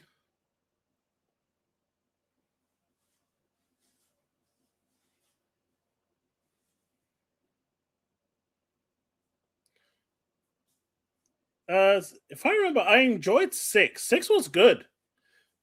7 was just different, I guess. I mean, people were asking for a different Call of Duty for years, right? They wanted them to do something different. Now, I will agree, much like in 6, 7 did it as well. They overused the Warzone map, right? They overused the Warzone map, and I think that's just cheap. And there was way too many just secure this point while a horde of enemies come at you and, attack you in all things. But people were asking for something different, something new, something that is not done in Call of Duty. So, in 7, I think that's what they were going for. It's just a shame that, it didn't resonate with people. So they're going to go back to the traditional expected blockbuster Michael Bay, blow them up a thon and go down that route.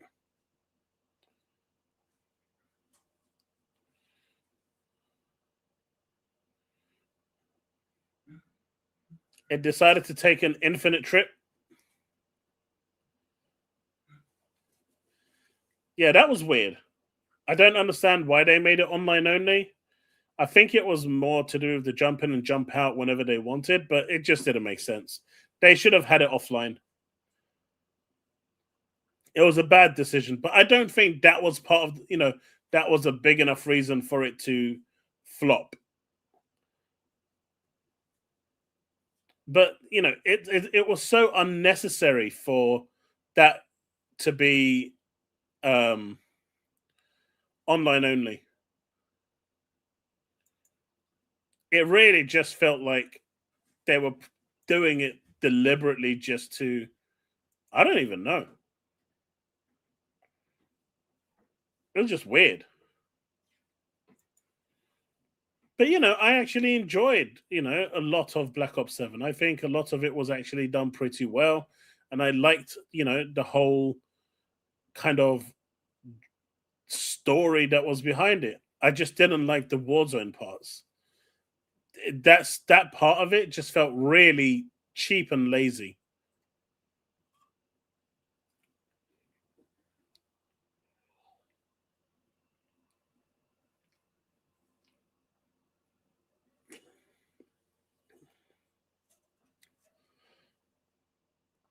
I mean, that's what you got to do, Navy.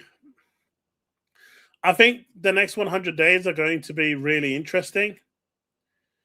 I think, ultimately, the Xbox we have today is going to look very different to the Xbox we have in 3 months' time.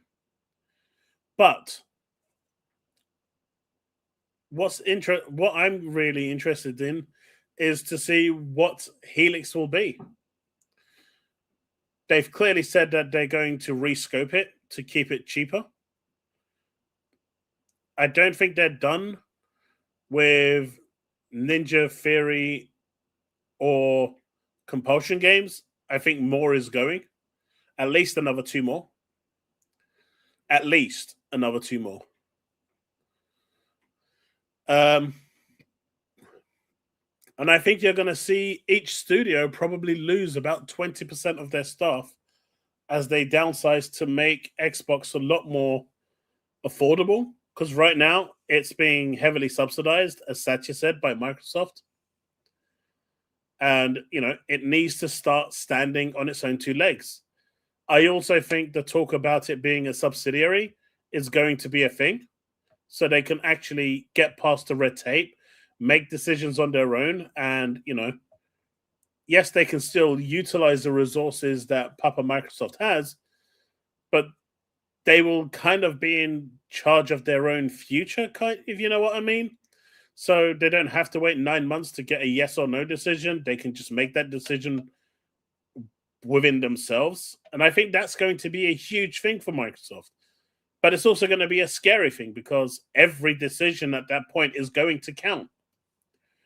But ultimately, I think this is going to be a good thing for Microsoft.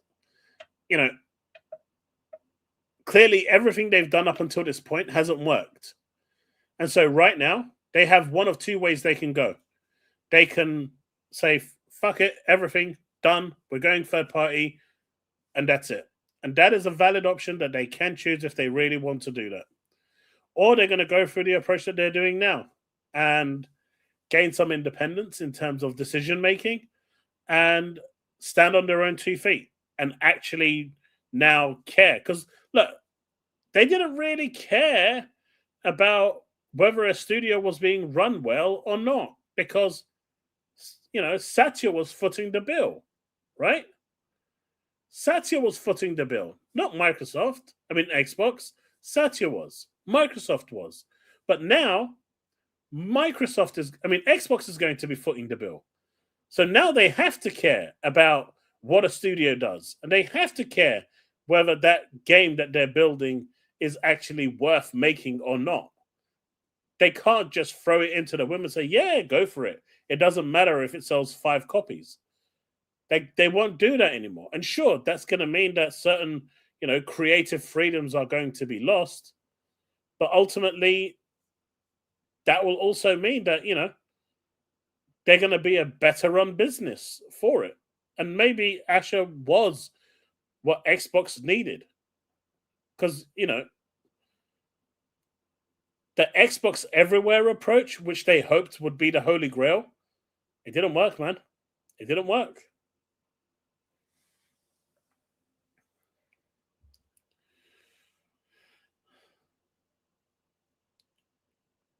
Even if they should have to answer to the parent. Yeah, but what I'm saying is they have the decision-making autonomy. Right now, they don't. Right now, they have to go and speak to Amy, Satya, and get their approval. When they become their own subsidiary, they don't need to do that. However, if they screw up and they mess up and they are in the red, yeah, then they have to answer to Satya and Amy and whatever. But as long as they're in the black, they're good.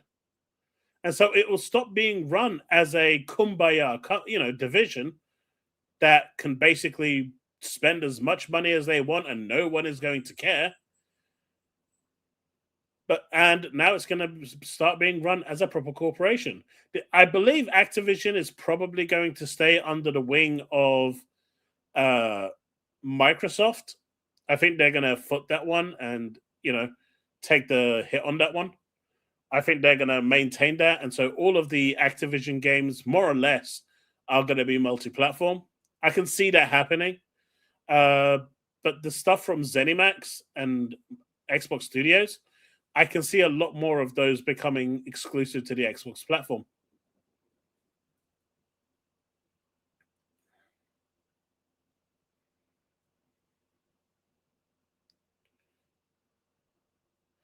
Jesse, I call him Egg all the time.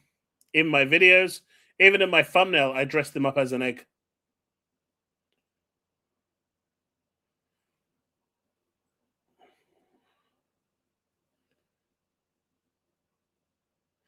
I mean, if you go back and listen, Goggle, to that interview, Phil turns around and says, "It's just these 4 games. That's it. Don't think there's any more coming. We're going to assess and see what it means for the business." That last part there. When he says we're going to assess and see what it means for the business, that right there told you, if it does well financially, more games are going, because we like money. But if it does really badly, we're going to stop. Sea of Thieves and I think you had Sea of Thieves, Pentiment, Hi-Fi Rush. So Hi-Fi Rush and Pentiment didn't sell very well. You had Sea of Thieves, which sold gangbusters on PlayStation. What was the other one? Was it Forza Horizon? No. Sea of Thieves sold really, really well. What was the 4th game? Grounded. Yeah, that didn't sell either. So 1 out of the 4 sold really well. And that was enough for the shareholders to go bling, bling, bling. And so more went. And they believed that, especially with the live service, that would work. And so the next one that went along was Forza Horizon. That was the next big gangbusters game that sold over 5 million units. But the single player games didn't really sell, and it didn't really shine. Doom sold historically bad on all platforms, right? And everything else that was pretty much single player just didn't do very well.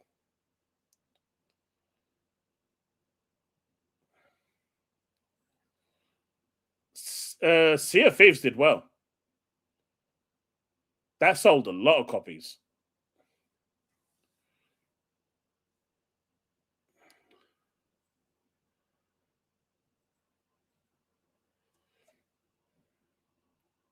Yeah, not even Doom moved, man.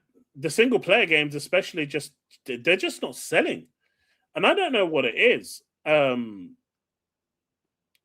With Xbox games and them not selling, it's so weird. When you're looking at other platforms, considering how much it cost, Realist, 2 million copies is making them a lot of money. Considering how much that port cost them, which was probably peanuts, that was a lot of profit that they made there. And don't forget, that was 2 million copies, right? There's tons of microtransactions that people are spending on as well. The microtransactions is where the real revenue comes from. But yeah, it's a cutthroat business in order to retain. And single player games just don't really return as much because they can't retain the audience.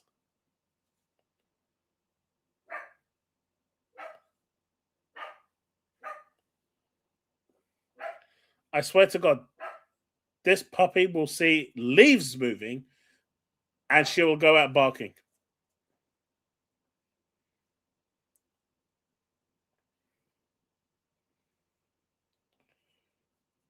Yeah, do you remember how I was saying, was it last stream or the stream before? The average attach rate for a game is around 5%, and that's on the high end. The general attach rate for a platform is around 2-3%. That's basically how much of their user base is going to pick up said game, or at least that's what studios look at. 5% is seen at the very high end. Obviously, there are exceptions to that rule, and it can sell way more. But 5% is seen as the top end. 2-3% is seen as the bottom end of what they're expecting, at the very minimum for it to sell. And Sea of Thieves did actually hit within that bracket on average. Hey, Force One, how's it going? Also, the 100 million sold is not really true, is it? It's probably around 75 million. We had this discussion previously where people buy multiple consoles. It's the same for Xbox.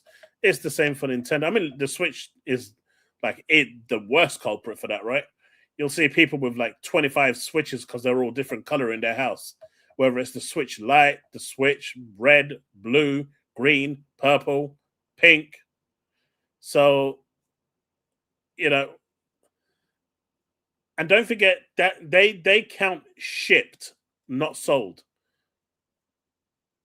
which basically means that they've been shipped out to retailers as well. How many are sitting in warehouses is unknown. It's probably close to that number being somewhere sold, but the reality is, if they were so confident that there was 100 million PS5 users right now, they would tell you that there is 100 million unique PS5 PSN accounts that are using PSN. They're not going to tell you that. That number is nowhere near 100 million.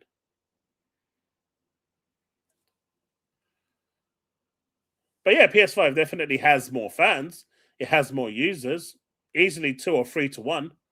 But, let's not be silly here. They don't have 100 million PlayStation 5 users.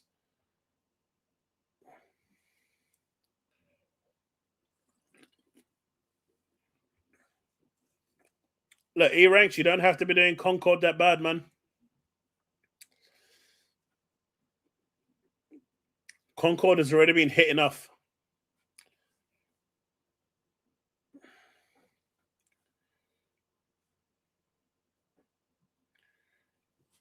But on paper, shipped 100 million units. That looks great.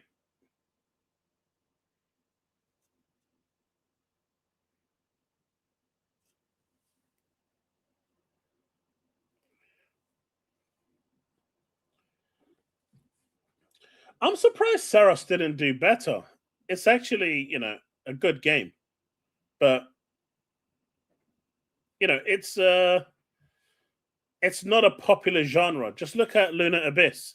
It's very reminiscent of a game like Saros, and it's a very good game. But the whole studio, the whole development team just got laid off.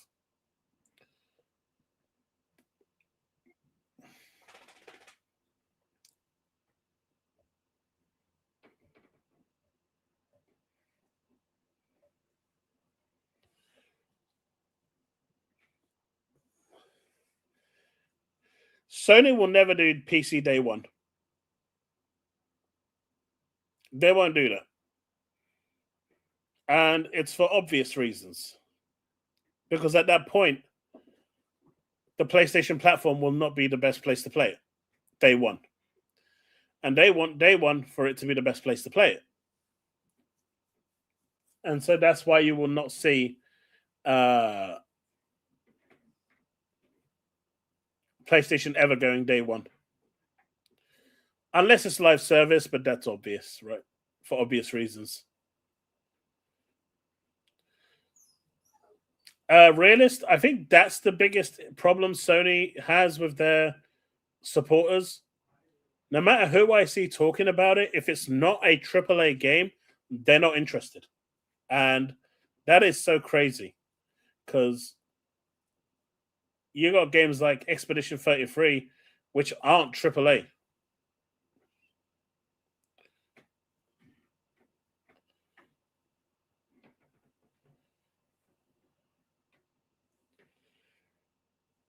I mean, Sony hasn't actually left PC. You've only got Jason Schreier's word, which also said that they may, change their mind the next day and go back to PC gaming. So he's not even sure it's real. Sony haven't confirmed it. If this was, a big news like this, you think Sony themselves wouldn't have said something during their earnings call?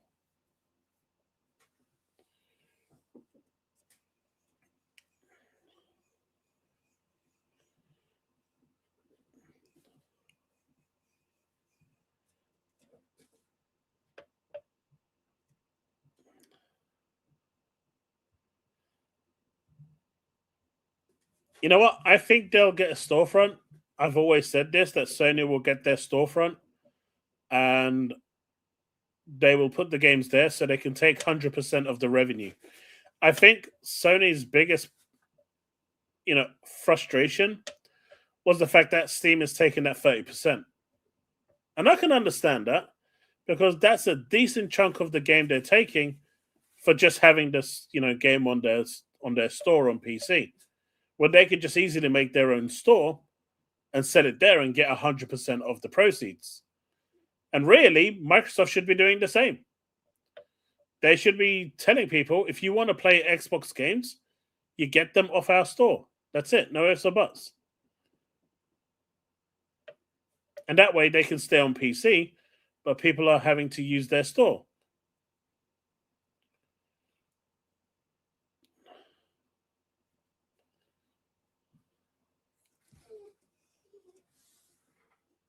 Luna, what's up?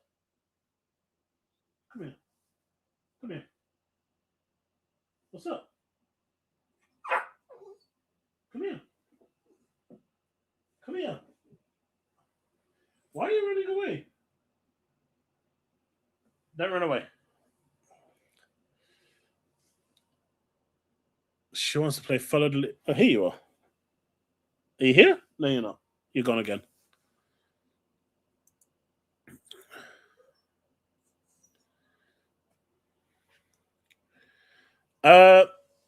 It depends what they decide to do with Helix, right? Goggle Poe?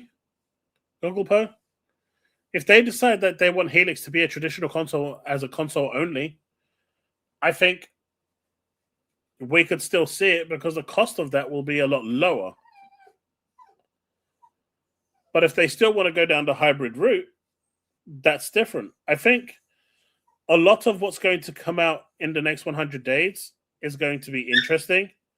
I also think that on November the 15th, everything that they've got planned for the next few years is going to be more or less unveiled and presented. November the 15th is the day of the 25th anniversary of Xbox. And was it November 15th or November 12th? I think it was 15th. But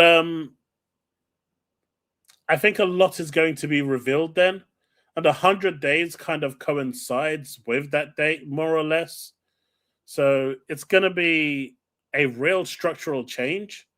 But I think we're going to see a lot of the changes finalized by that point, and we'll see a true picture of what Xbox actually is in the end.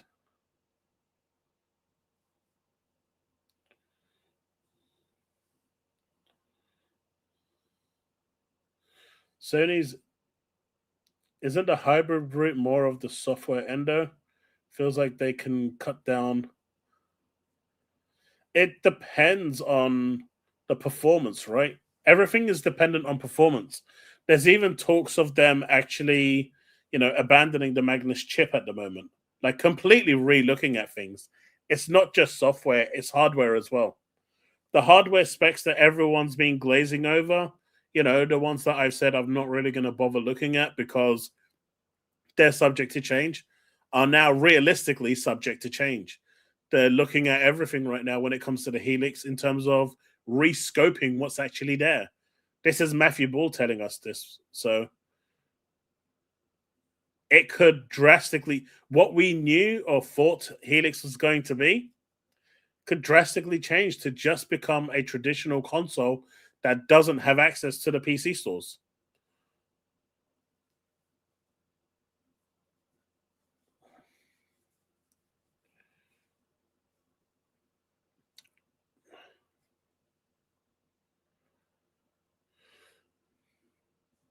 But they've got that contract with AMD, so we're going to see what's going to happen. That's why I never, pay too much stock to leaked specs and stuff like that, because they can change at any time. Nothing is set in concrete until it is. Having AAA titles developed for different hardware is like useless. I mean, yeah, you're not utilizing. To me, if you're making a game that's for more than one platform that you want to have as AAA specialized, for your hardware, making it for more than one spec means that you're having to compromise. and that's never a good thing.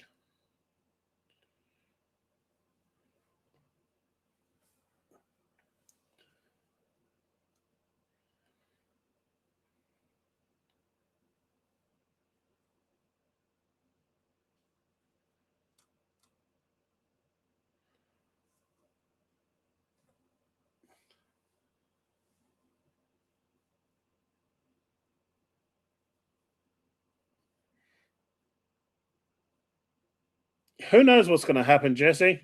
Like I said, there's no point in, we'll see what's going to happen on November. That's why I don't really pay stock to leaked specs or anything like that. AMD has a good relationship with Xbox, so they probably wouldn't, or with Microsoft in general, they probably wouldn't want to throw that down the toilet. So there's a lot more politics at play than just black and white.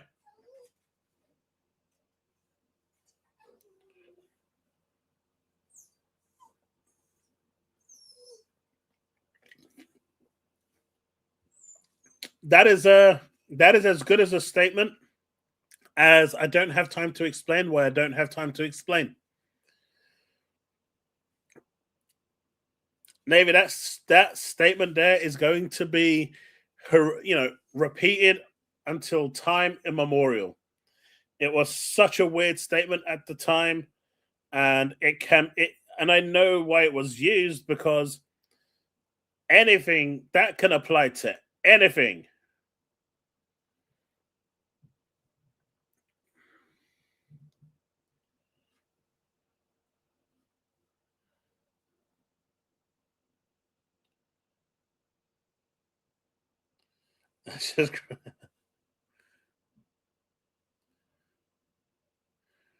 Yeah, Google, it can.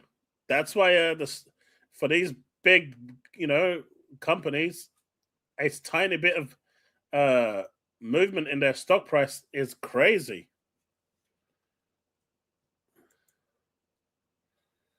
You know,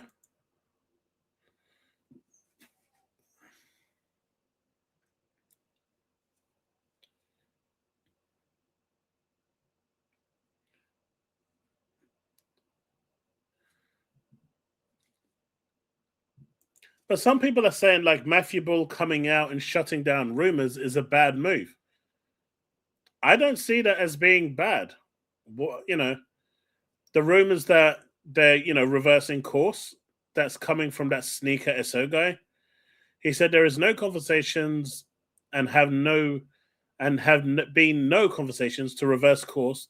As we said last week, players can continue to expect signature exclusives from us every year. And so he's, at the moment, that's all we have to go on face value. So as it stands right now, that's where we're at. Exclusives are going to be something that they are doubling down on, and they're going to be pushing that forward. They're going to restructure the whole business to make it more profitable and more sustainable. That's going to mean layoffs in, a lot of big ways. And it's also going to be, studio closures. And at the end of the day, as shitty as it sounds, it's business. They're going to make sure that they're in a good place so they can move forward. And that's going to come at the expense of, good people who do good work. The only downside is that the people that are truly responsible for this aren't the ones that are going to be laid off. They're the ones that should be getting laid off.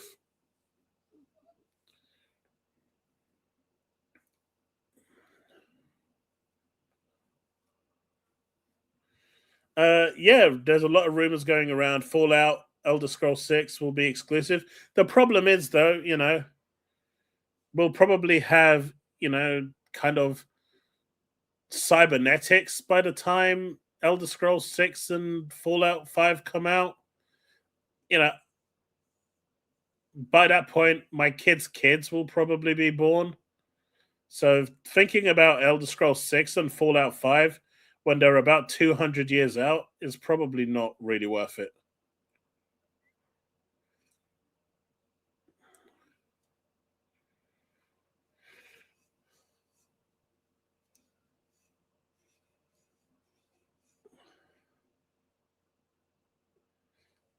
I think they did. You expect the Elder Scrolls in the next few years? Is that after you've used the DeLorean with your flux capacitor and gone to the future and, you know, landed at something like 2087 and then a few years from then?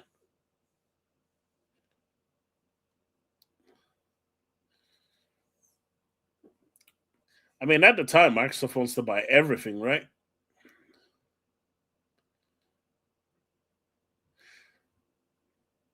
Microsoft could have done anything, right? Realist. At the end of the day, Sony had such a horrible time this year. From, hey, come here, come here, come here. Here you go.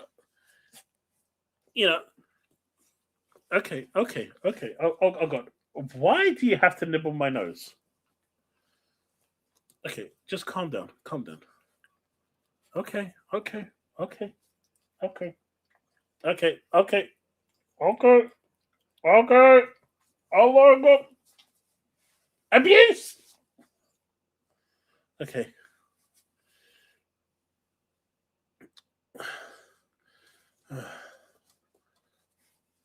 You know, Sony had such a rough time. And if Microsoft decided to double down on their exclusives, oh my God, I'm getting abused. If they doubled down on their exclusives and games and didn't give Sony anything, Sony would have been in a pretty rough state. But they didn't do it. She is adorable, isn't she? She's my little spirit. She's my, comfort pet. But they didn't do that, right? They didn't do that. Instead, they decided to bail Sony out when they were, they got hit hard and they were down. Sony would not do that. Not in a million years. In fact, if Sony went and actually bought Ninja, if they actually got Ninja Theory and turned around and, you're not going to calm down, are you? If they picked up Ninja Theory today, you guarantee that game's going to be PlayStation exclusive. Any version of Xbox is going to get thrown out the window. 100%. Sony is there to put Xbox out of business. That is their goal. That is their dream. That is their wet dream. They want all Xbox games on their platform. They want everything on their platform. Microsoft, on the other hand, is the complete opposite. And in my opinion, they just need to be the company that everyone really wants them to be.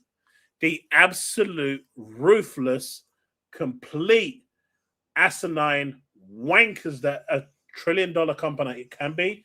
Absolute ruthless and brutal, and just go balls deep and do what they need to do. And when they do that, then people will see the true face of Microsoft. Right now, they're just dilly-dallying, trying to, minimize any form of negative impact. They're constantly in damage control. They're constantly reactionary, and they just need to stop doing that. They need to stop being reactionary. They need to start just saying, right, this is what we want, and this is what we're going to do, and that's it. And until they do that, until they get to that point, which I think they're very close to that point, by the way. I really do believe that they're very, very close to that point. That's when you're going to see Microsoft truly turn the page. But that's Woodpit. By them becoming a subsidiary, Satya loses a lot of control because they don't have to seek authorization from him. Look at Bull response, expect signature exclusives. What does that mean? Signature exclusives? Tentpole titles. I mean, it wouldn't surprise me if they turned around and said, hey, Forza Horizon 6 is going to remain on Xbox only. It's done really well on PC. It's done really well on Xbox. Financially, it's doing great. We don't need PlayStation. So we're going to leave it on those two platforms. That is the sort of decision they need to be doing. They need to be coming out publicly and saying Fallout 76, which is going to release in about 200 years, sorry, not 76, Fallout 5 and Elder Scrolls 6 is going to be console exclusive. They need to be coming out with these statements and making it pitch, perfectly clear in black and white that this is what we're doing. They need to come out and say, Halo campaign evolved for whatever reason, can't be pulled from PlayStation, but Halo Remake 2 and 3, that's in development, that is going to be exclusive. They need to come out and make these statements. And only then will people actually potentially start to take them seriously. But they're not going to do that. I have no idea what is wrong with you, Luna.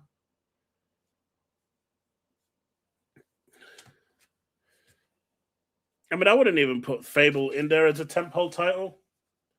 That, to me, is a niche title, but I mean, you can count it. Like State of Decay 3, they said is going to all platforms. Why? Why is State of Decay 3 going? It's not a massively multiplayer game.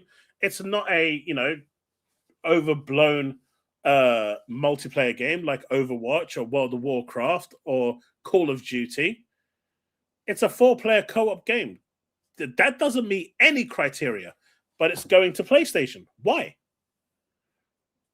So until they actually get that message across, and I do believe by November they're going to get that message across, people are going to judge them and doubt them and question them.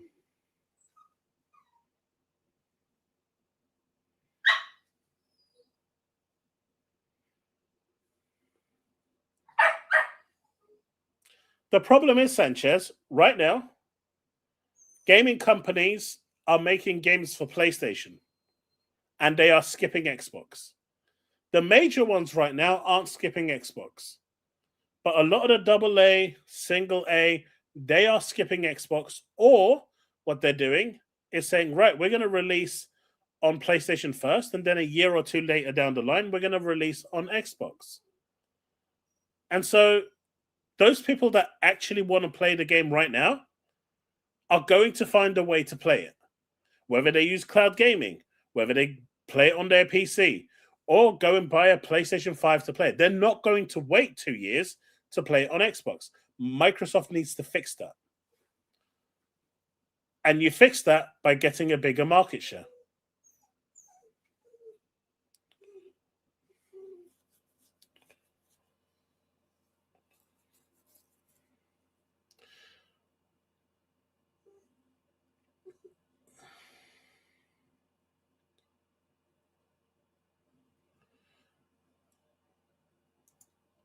Hey, thank you for the $2, my dude.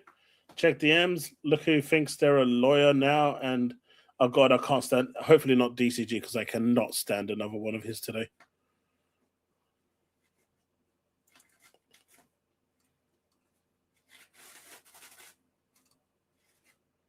Harmon Smith.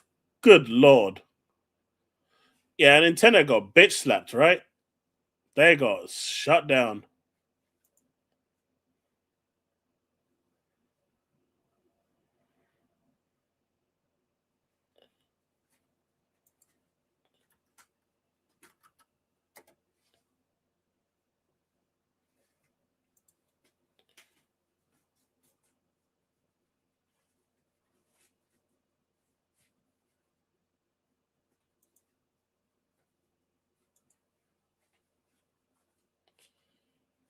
State of Decay 3 may have a live service component, or they may want to recoup money spent on development.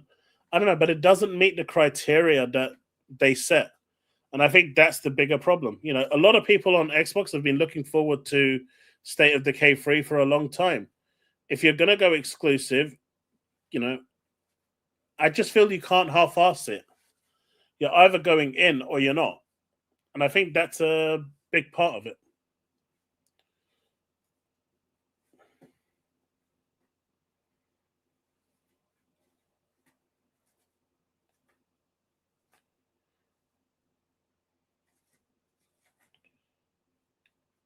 Apparently it hasn't been in development for that long because I think development started like what 4 years ago.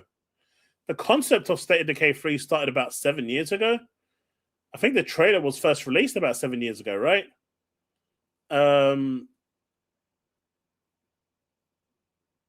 But development didn't start for like another 3 years after that.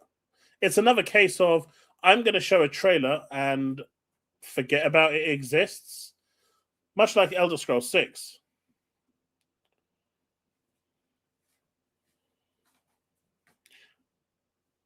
I mean, even gacha games, Sanchez. If you, I mean, you may not be in looking up and reading up on that stuff, but the amount of gacha games that are closing down within 3 months of opening is crazy. So many of them are just hit. The amount of gacha games that close down within a month of release, 3 months of release is crazy. You often hear about the big ones like Wuthering Waves and Genshin Impact and Honkai Star Rail, right? But the ones that come and go, I mean, who's talking about Arknight Enfield anymore? Even their Twitter posts get like 10 likes now. That's not a healthy game. It wouldn't, it wouldn't surprise me if within a year that closes down as well. I hope it doesn't because that's a lot of jobs lost. But you're getting the point. It's such a cutthroat business today where your time is limited. And live service games are super needy of your time. They consume your time like crazy.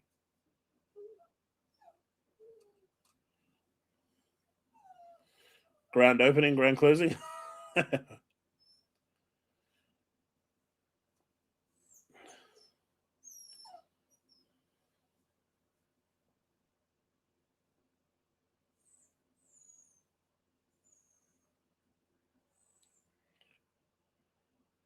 Fritrod's roasting Harmon.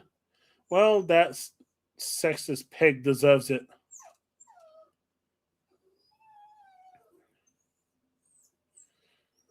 Of course he is. But in my opinion, this is what Xbox needed. Whether people agree with it or not is up for question.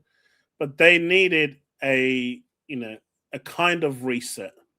Because what they were doing just wasn't working. Are you back again, Lulu? Come on. Come here. Come here.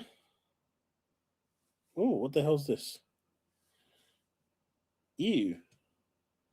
You killed a bug on me. Come on. Okay, you don't want to come up. What if these long out reveal teasers are made to bring engagement to show? I mean, the problem is I get that, but if you show something and it comes and you start developing it like 20 years later, it's not good.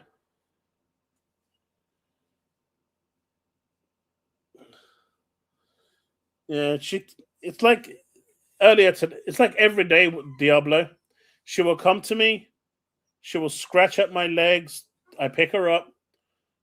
Then she'll want to go down, and then I'll pick her up, and then she wants to go down. You're not gonna go in that direction. I'm sorry. The cat's around there, and the last thing I'm gonna do is let you go head to head with the cats. That ain't happening.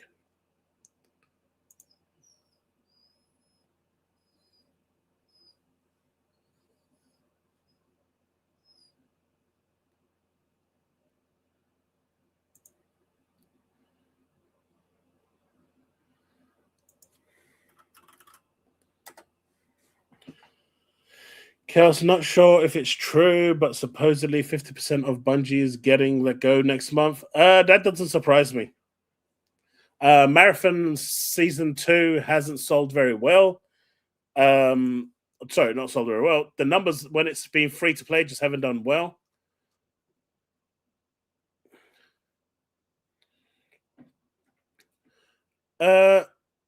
Devastator, we'll have a look at. I'll have a look at one of these videos, and at the end, and we can see what they have to say.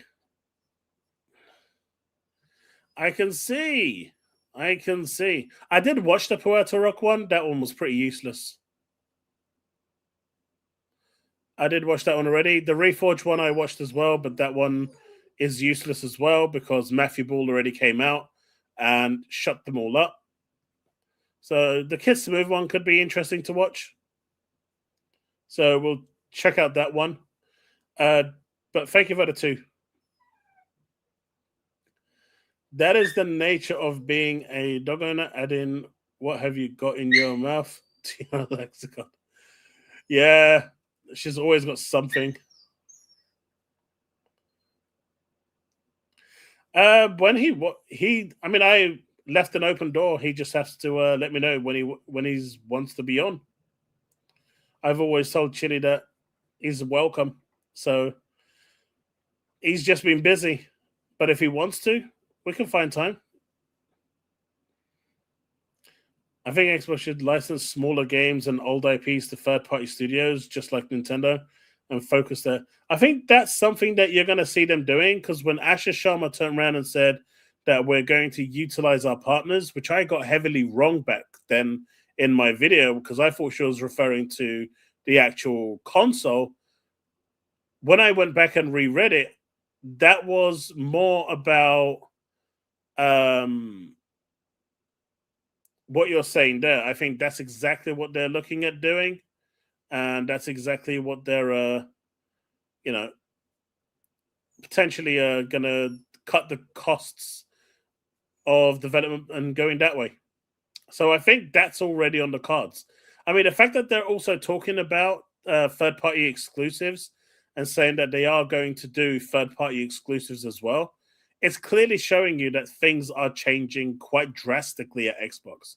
From a company that wouldn't even talk about exclusives and was willing to give out everything they have to anyone and everyone that has a pulse, now they're talking about actually doing third-party exclusives as well. That's kind of crazy. People that are anti-exclusive look at the small picture and forget about the big picture. By going multi-platform, people stopped buying the big third-party titles on their platform, cutting off their 30%. Bingo. And a prime example of that, Navy, is Gorsty in chat. I will use him as an example because he's a prime example. Microsoft pissed him off enough to push him away to PC, which is exactly what Phil and Sarah wanted to do. But instead of him going and landing in the PC store, he ended up landing on Steam. And so now when he buys his games, whether they're third party or first party, Microsoft loses money. Whereas before, every third party game he bought, Microsoft was getting 30% of his money. Now they're getting 0. And instead of getting 100% of his money, now they're getting 70%. Right?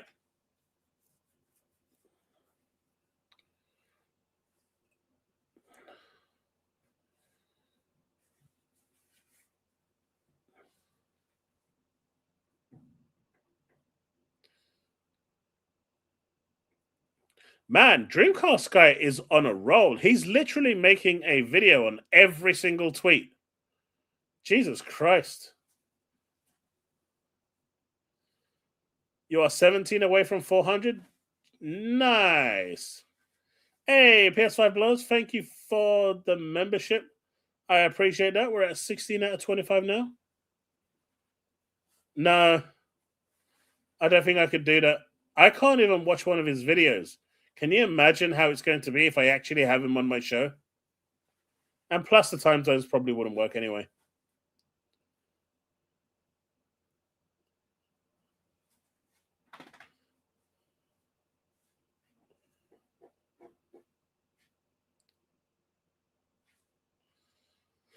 So female cats are more susceptible to wanton attention. Male cats are more independent. Yeah, my male cats just don't give a shit.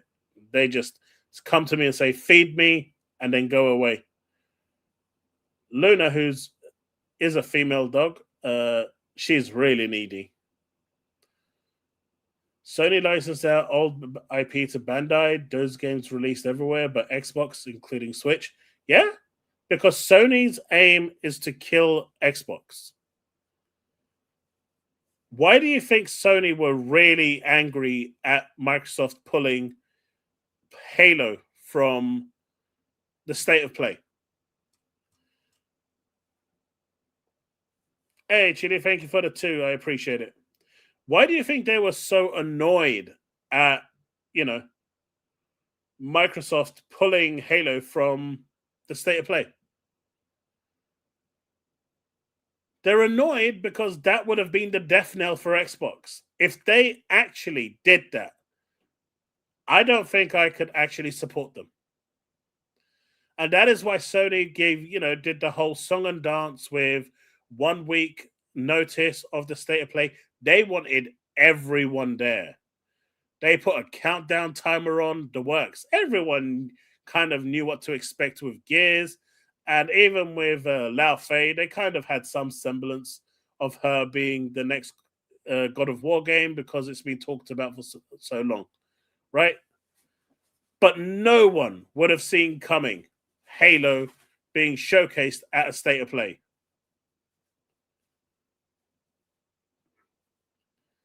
Take it easy, Chili. Thanks for stopping by, dude. No one would have seen that coming. And that would have been such a shock to everything. I mean, the footage was filmed on a PS5 Pro.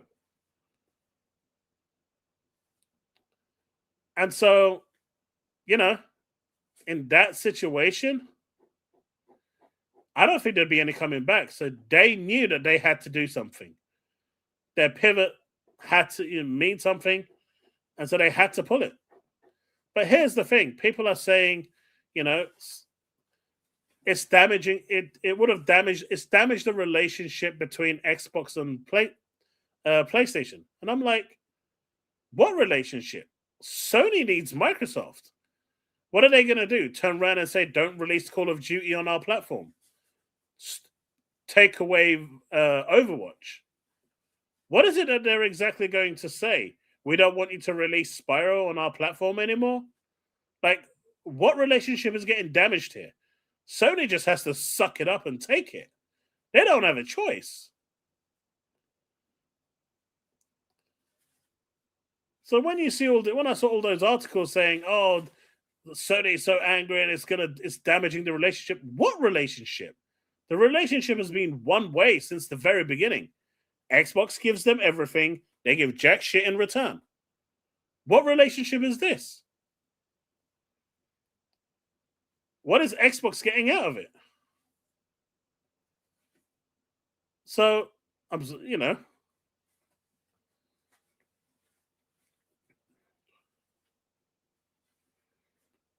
if they had their own way, I guarantee you that MLB wouldn't have released on Xbox. If MLB themselves didn't tell them that they would take the license away from them and go get another developer, that shit would have not been developed on Xbox. MLB forced them to do that. But even something like that, which isn't really their game, they were not prepared to put it on Xbox. The live service games that really should be everywhere. Because why wouldn't you want more people playing your game to give you 30% of all that microtransaction money? Why wouldn't you want that? Come here. Because they don't care about the money. What they care about is killing Xbox. And while their main goal is to kill Xbox, Xbox is saying, yeah, please, sir, would you like some more? So Asher changing the table and changing things around, and I don't expect overnight changes, but I think we're going to see big changes going forward. And this 100 days is pretty much the beginning.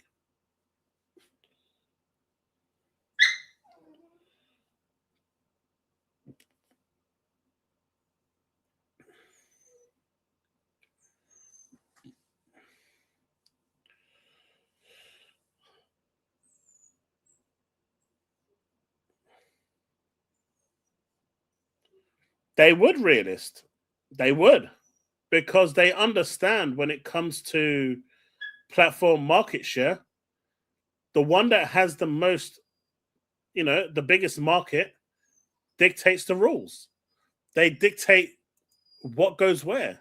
They dictate what games happen. I mean, people might think, the new Silent Hill Townsfall is just whatever, but it's still a game that's not coming out on Xbox. It may come out a year later, but it's still not coming out.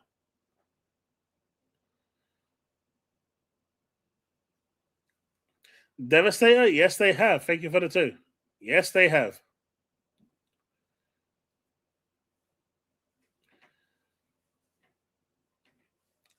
It's not realist because Asher has already said that they're going to be doing third-party exclusives as well. It's not just first-party, but they're going to look at third-party exclusivity as well because they believe, cornering the third-party exclusivity area is also equally important. So she's looking at it from the old traditional model that for the last 30 years, 25 years has worked. It was only since, the last maybe 5 years or so, maybe I'd say about 5 years, where Microsoft tried to change the rules and it clearly didn't work. And the problem is, if Microsoft wants to change the rules, they can. But you can't have a platform. You just have to be a third-party publisher. It's one or the other. You can't be both. If you want to be a platform holder, you need exclusives. And, it's good to see that the leadership over at Microsoft is finally seeing this.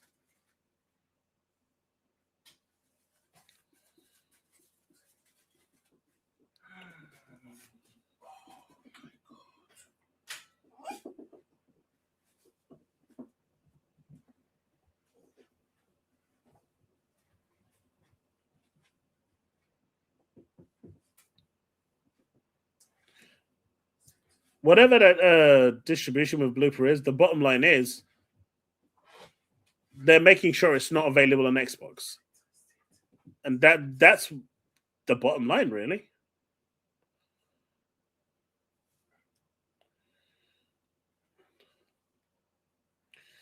See, I like Silent Hill, so I'm going to buy that day one. Probably, if it's available on cloud services, I'll probably pick it up on PC.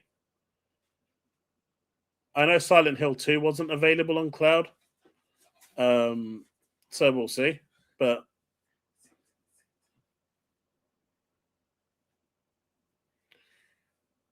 we'll see. But, I don't like generally waiting a year or two for games. I am just that type of person.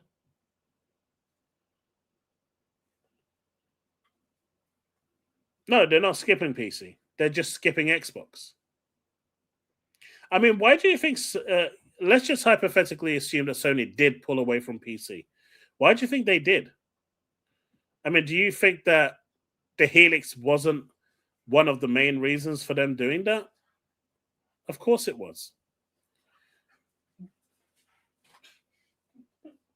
I don't think Sony really care about the Steam machine. I don't think anyone really cares about the Steam machine, to be fair, with the price that it's going to come out at. But that's not really the big threat, the big issue for them. But Xbox getting it with their hybrid PC, that was a problem for Sony.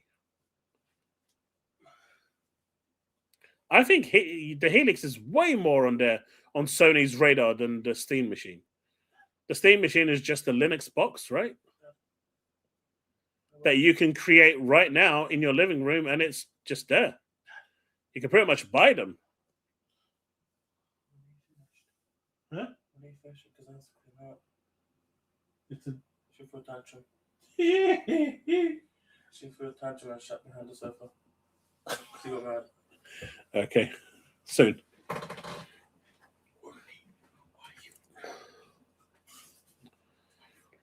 I know, right? Navy?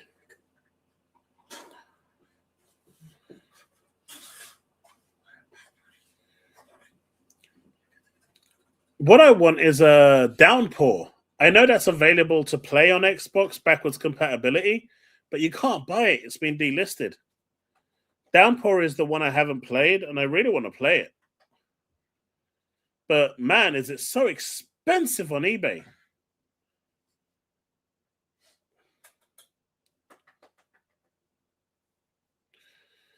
I think Sony is more concerned with the control of their IP than anything. Don't forget how Valve allowed discounts when they tried to force discounts? You mean refunds?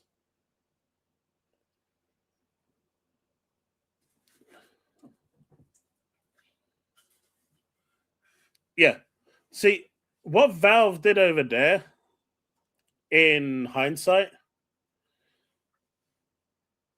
they kind of didn't have a choice. And realistically, the goodwill that they got from it was worth the hit that they were going to take. The goodwill that they would get from their fans, or from the people that love Steam, was worth the hit. Because when you got the Steam Deck being revealed for almost $1,000, the general reception was, they can step on a rake every once in a while, but all in all, they're the best company out there, and life moves on. And they're not held to the same standard. And so for them, good PR is good PR, and it keeps their people, within their ecosystem, and it's a good thing. Hey, Shinzo.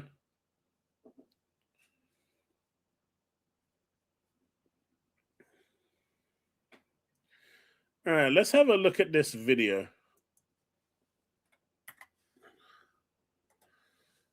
I don't know if it's actually going to play properly because I'm using a different thing, but we're going to check out this react.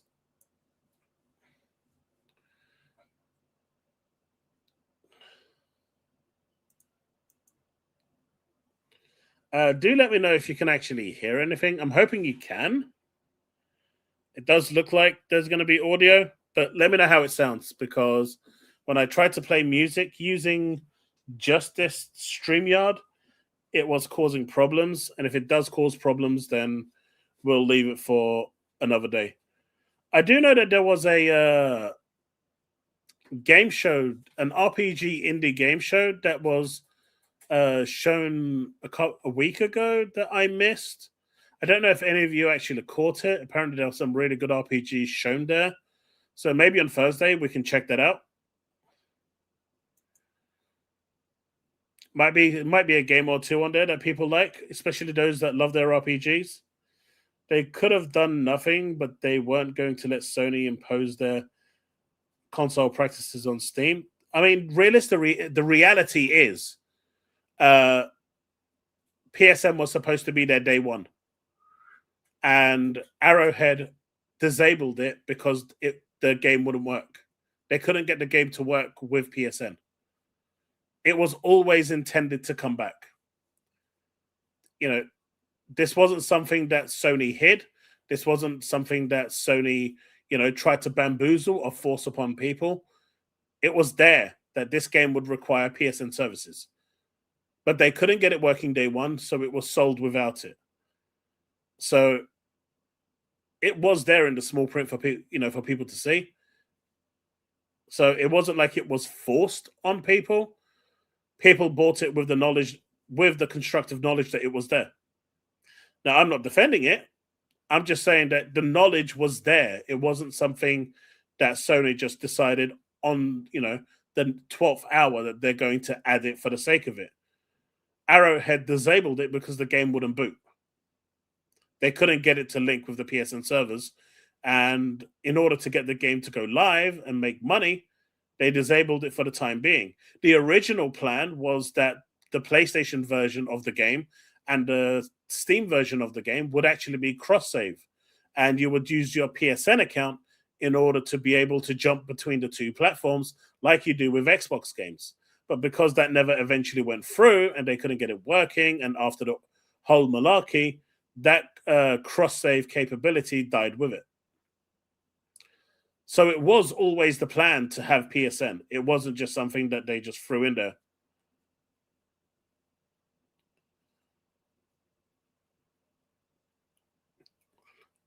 I remember reading that when, you know, the head of Arrowhead, he said in the tweet that they couldn't get it working, which is why it wasn't available day one. Or was it in an interview?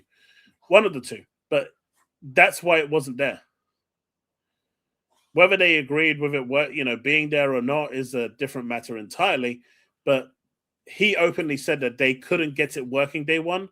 It was having server miss. Well, it basically wasn't connecting with the PSN and creating a stable connection, and it was just dropping connection and crashing.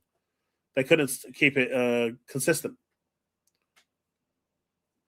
What's up, everybody? It's the Best Spot Kid Smooth back with another video, and today I want to talk about these Xbox. Can you guys hear what he's saying, or is it not being? Or is there no audio?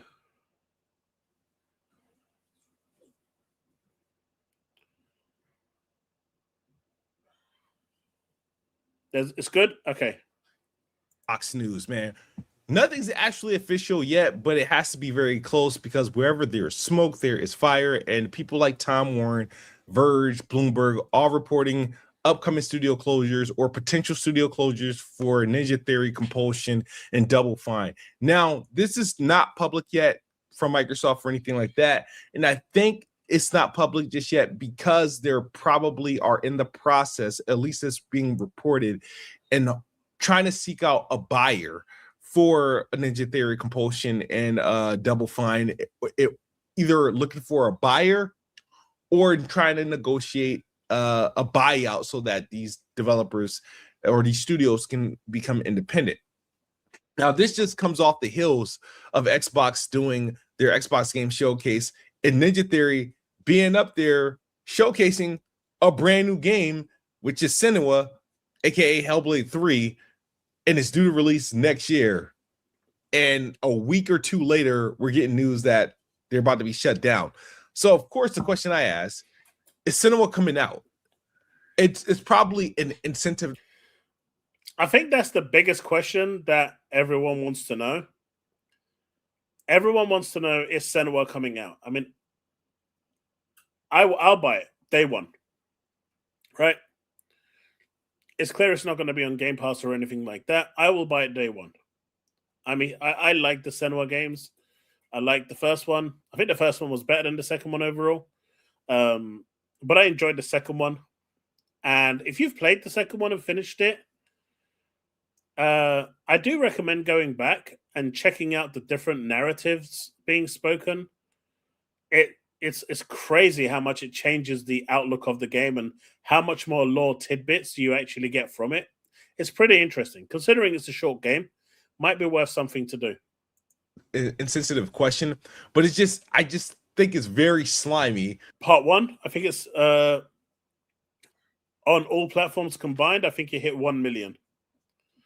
Part two, I don't think it sold very well at all. Hellblade just isn't one of those games that is gonna, rock the boat. The style of the game it is. I mean, I know people that won't play it because of the psychosis. They freak out by it. So it's one of those niche games that's really good, but a lot of people just won't be experiencing it for reasons, whatever it's called. Have a good night, Banisher.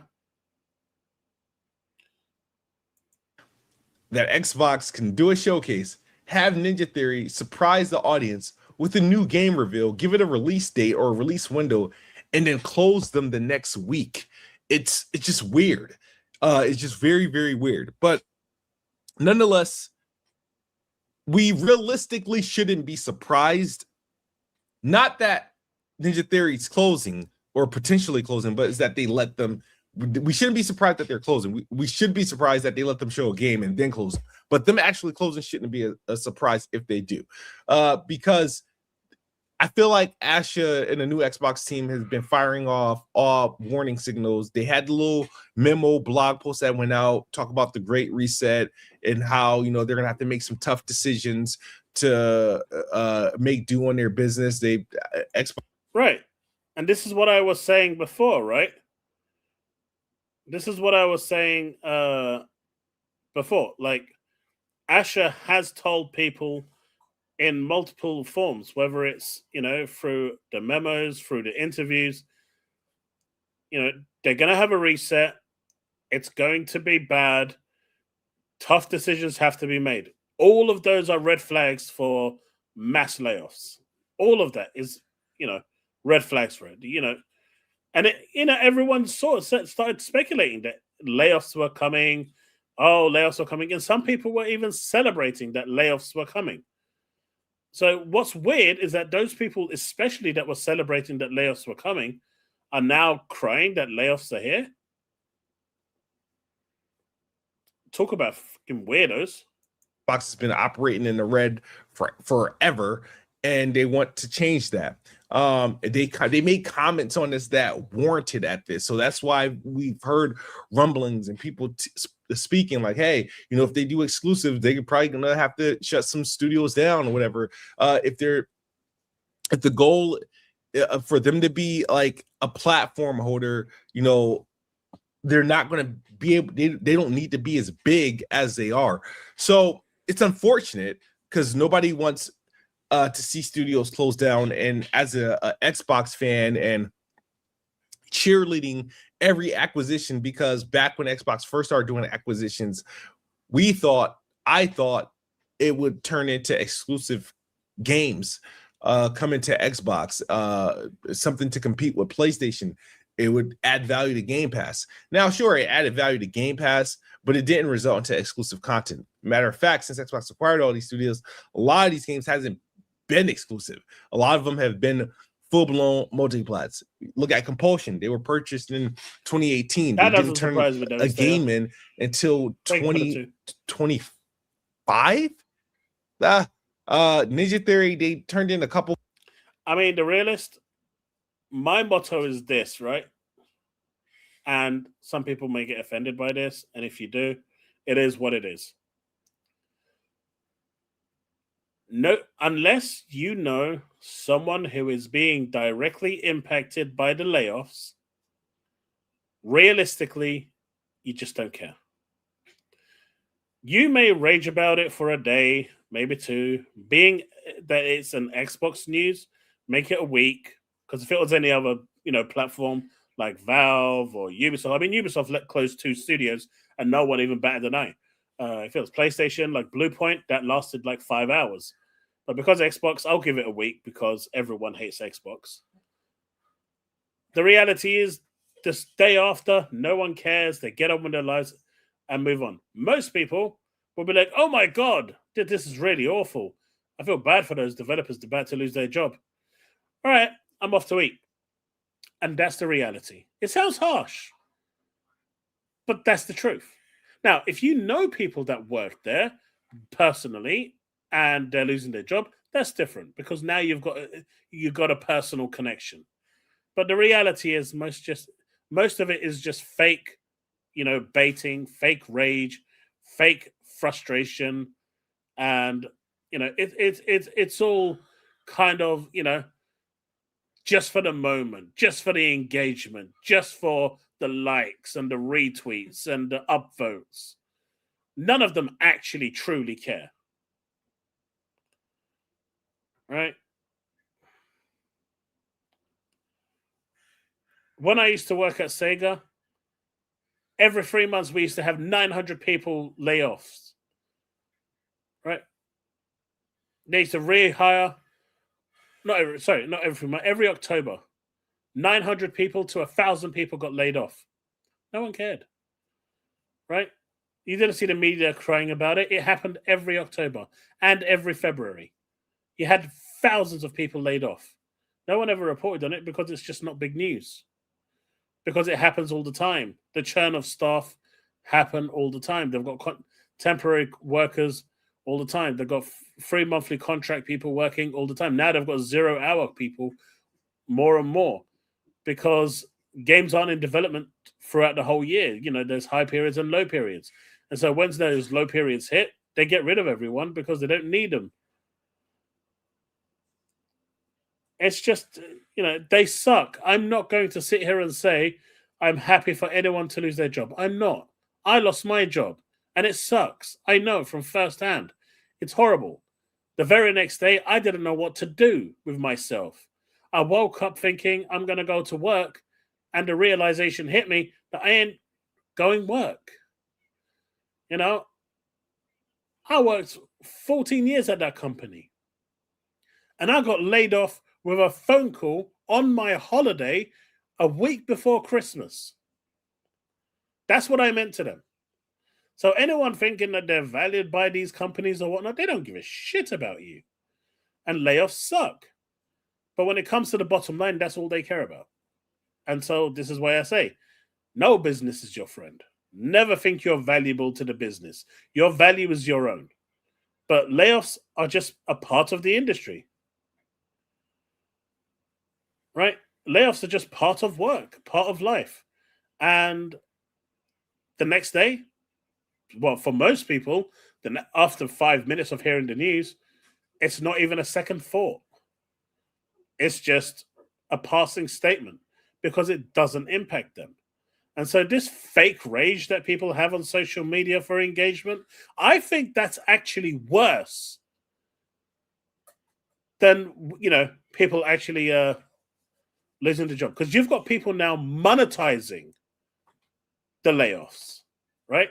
You've got people actively fake raging to monetize the fact that people are losing their jobs and, you know, studios are closing so they can make money off it. How much worse does that sound now? Expect the unexpected? I know, right?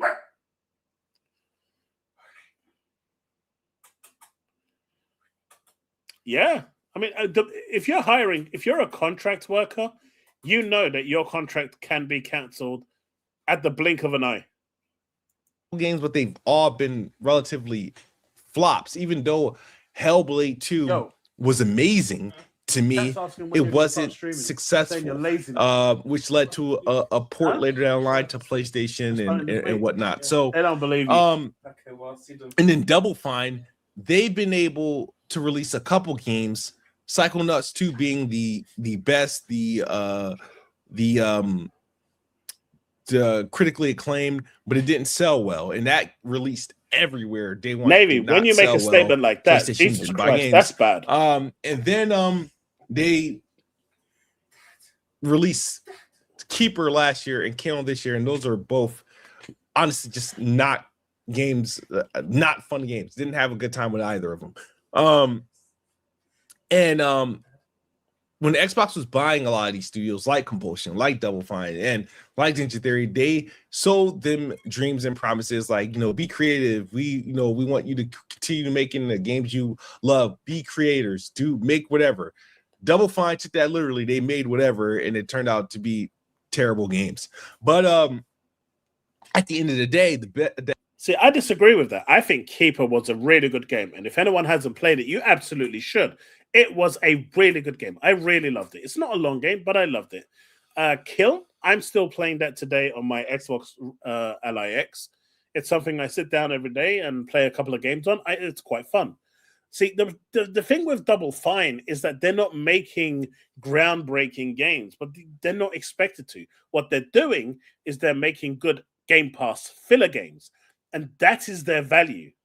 That is what they're bringing to the table. They are bringing those little games that will add, you know, players filler while there is a little bit of a drought to keep that cycle of new first-party games coming. And I think Double Fine achieved that perfectly. Yes, they may not be getting the sales, but they're providing value in a much different way by providing content to Game Pass. And that in itself is value. So I think people like really saying that Double Fine this and Double Fine that. I think Double Fine are way more valuable to Game Pass and Microsoft than people realize.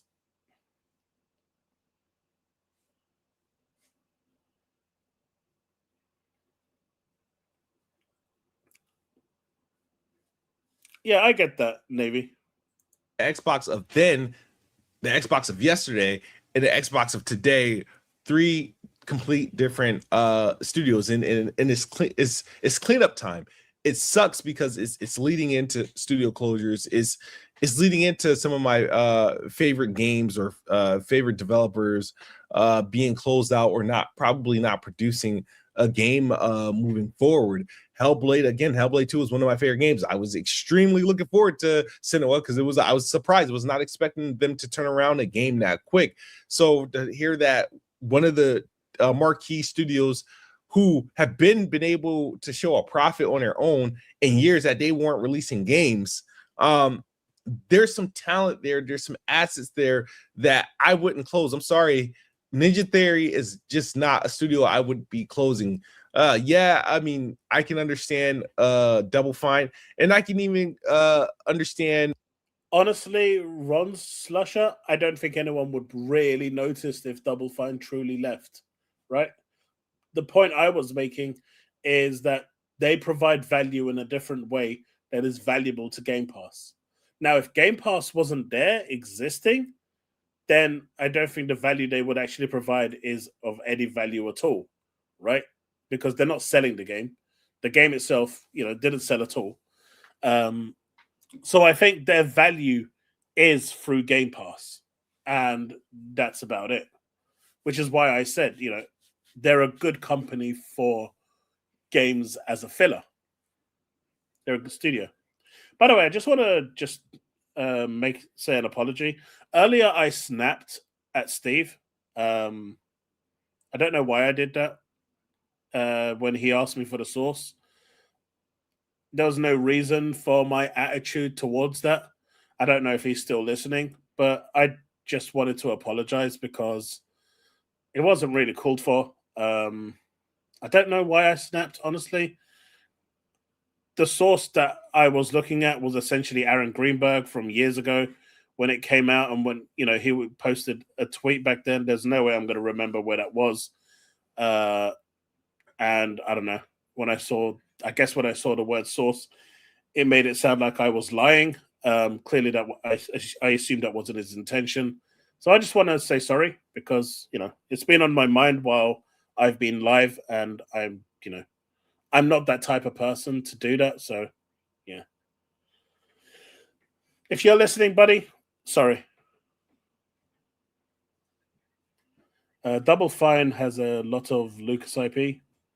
You're correct. More Game Pass games, whether people are or not, does increase the value of the service. Exactly. That's the point I was making, Runs.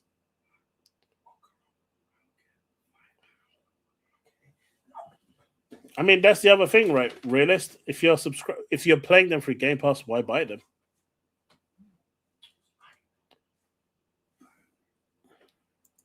Compulsion, but Ninja Theory, no. They have another studio in there that can get rid of Halo Studios. But hey, who knows? I think this is what we wanted as an Xbox fan. We wanted change. We wanted Xbox to compete.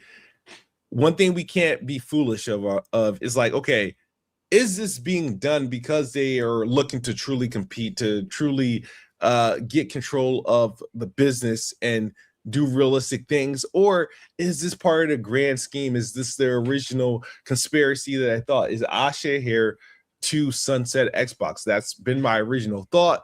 I feel like she made some quick decisions that proved to be great. And now here's some not so great decisions. But sometimes what we forget is when these businesses and these large corporations, do things, we forget that there's another side to it where, yes, unemployment happens, layoffs happen, parts of the business are restructured, closures. It happens. We pretend like this isn't happening. We pretend that the same studios and the same people just run forever and ever and ever, and that's not the case. So honestly, I want to know you guys' thoughts. Like, what is next? Again, I think it's going to suck if all three of these studios close down. I do hope that another publisher, a healthy publisher, is able to come in and at least grab Ninja Theory, at least grab Compulsion. I think Compulsion has some talent. Ninja Theory is especially talented. They have a lot of great things that they're capable of. And with a right backer like Xbox and Microsoft, they should have been able to deliver on that. But here we are. But hopefully the best case scenario is that these guys get acquired by another publisher, or they get their independence. If anybody should afford their own independence, though, it should be Ninja Theory. But who knows?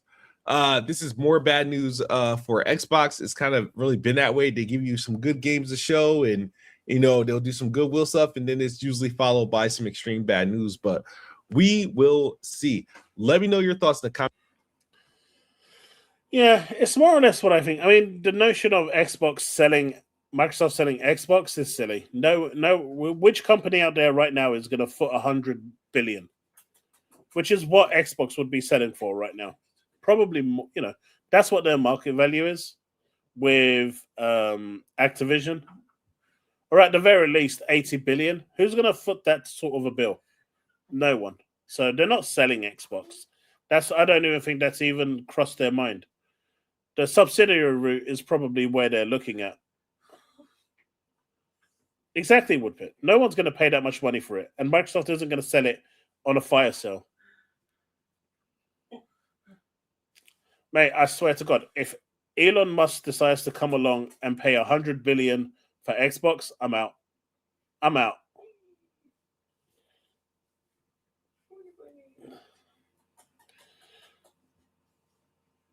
No way. No way. Musk box. No. No, thank you. No. But look, changes were needed, man. The one thing I will say that I don't agree with is, look, Xbox turned around and said that Ninja Theory were profitable, and they greenlit two new projects by Ninja Theory, and one was expected to be a new Hellblade game, which it turns out it was. So what I want to know is, how did it go from being profitable to them being closed down? Like, what changed? Because a lot of the money that was coming from that, Ninja Theory was making is coming from like their other studios, the other parts of the business, like the mocap stuff that they, hire out to other studios to use and lease out, for example. So it wasn't just a gaming division with Ninja Theory. They had other stuff coming as well, which worked for them. And so they were profitable. At least that's what was said.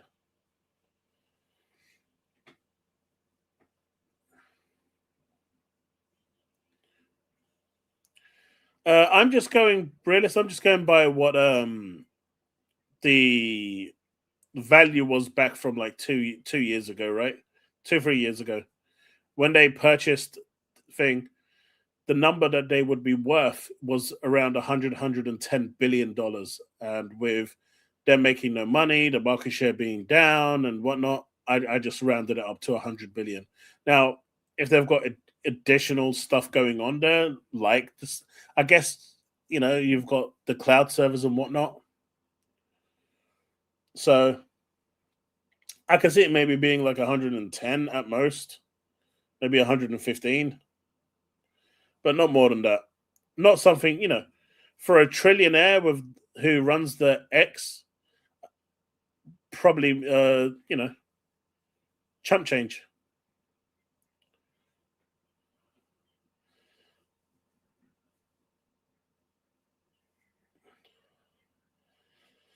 Xbox will be in a better shape after all this. They will, Joshua. Like I said, it sucks. I do think that Ninja Theory probably should have been given another opportunity, but I think what Asher is doing right now is basically she's just gone in there and is looking which ones are actually bringing in money, like a lot of money, and which ones are just about making profit or making a loss. And those are the ones that are just getting cut. And she's looking at the easiest way to do it. I think you're going to see like a massive 20% all round, studio layoffs as well. I think you're going to see a lot of people lose their jobs. It's not good, man. It's not good. It's not good. It's pretty shit, honestly. But what they did before isn't working. And for that reason, they need to have they need to do something that's different. Doing the same thing over and over again and expecting a different result, there's a word for that.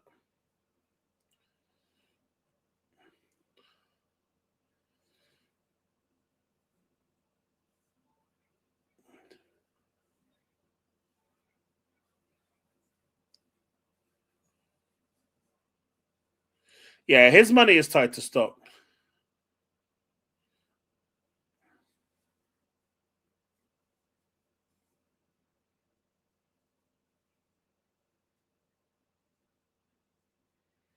Elon Musk is a good name. All right, chat. I've got time for one more video before I call it. I don't know how long this video is. Devastator, thank you for the 2. Wants me to check out a certain DCG video. Before we do that, Xbox Game Publishing Studios, I'm not sure if you guys have seen this, but an unannounced Xbox Game Studios publishing title. It's an online FPS. It's a hero collector MMO ARPG. There's also a Halo Destiny style game that's been rumored as well. That's in development, so that's kind of cool as well. So it looks like they're probably expanding what they're doing as well, and I really think they should expand on the Halo license as well.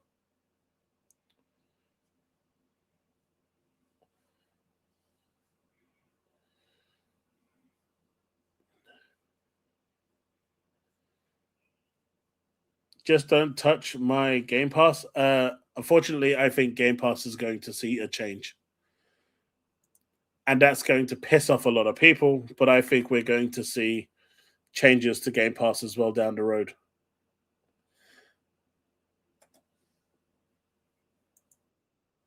All right, this video isn't long, so at least I can try and see how much of this I can stomach before we finish the stream. Wish me luck, chat. Wish me luck. Oops, wrong thing. God, I despise this guy more than anything. I don't understand why you guys love him so much. I really don't understand why you guys love him so much. Today we're talking about Xbox because they've now responded to a lot of the very negative leaks. And to be honest, even though it is an official statement from Matt Ball, one of the head executives of Xbox, nobody believes them. At this point, Xbox is just lying. Look, I'm just going to put something out there, right, chat? I'm just going to put something out there. Xbox now has a ball and booty. That's all I'm going to say. They have a ball and booty. Hey, look, this isn't what I wanted. You guys wanted this. Constantly claiming the business is good, we're profitable, we're not shutting stuff down. A lot of times people literally just said everything is fine days before shutting down some of their biggest studios. But let's talk. But they didn't say that. They've already said that they don't have money. They're not making money. Microsoft has been subsidizing, and that they need to, ship out people. Talk about this because what they're trying to claim today is that the current plan for Xbox is to keep making console exclusives, and nobody believes them. They just announced Gears of War EA and Clockwork Revolution, and they're. I believe they're going to do more exclusives, but I think they should go one step further. Right? If if the Helix is, for whatever reason, becomes a traditional console, I think they should literally either just pull away from Steam entirely or release the games first on Xbox and stagger them over to PC after. But if you're really serious about exclusives, I think they should go all in on the console and see where it leads them. Will they do that? 100% no. But that's what I think they need to do. Been rumblings as of last night. A lot of very big leakers are claiming that, well, Microsoft told them, keep working on a PS5 port. We need those PS5 sales.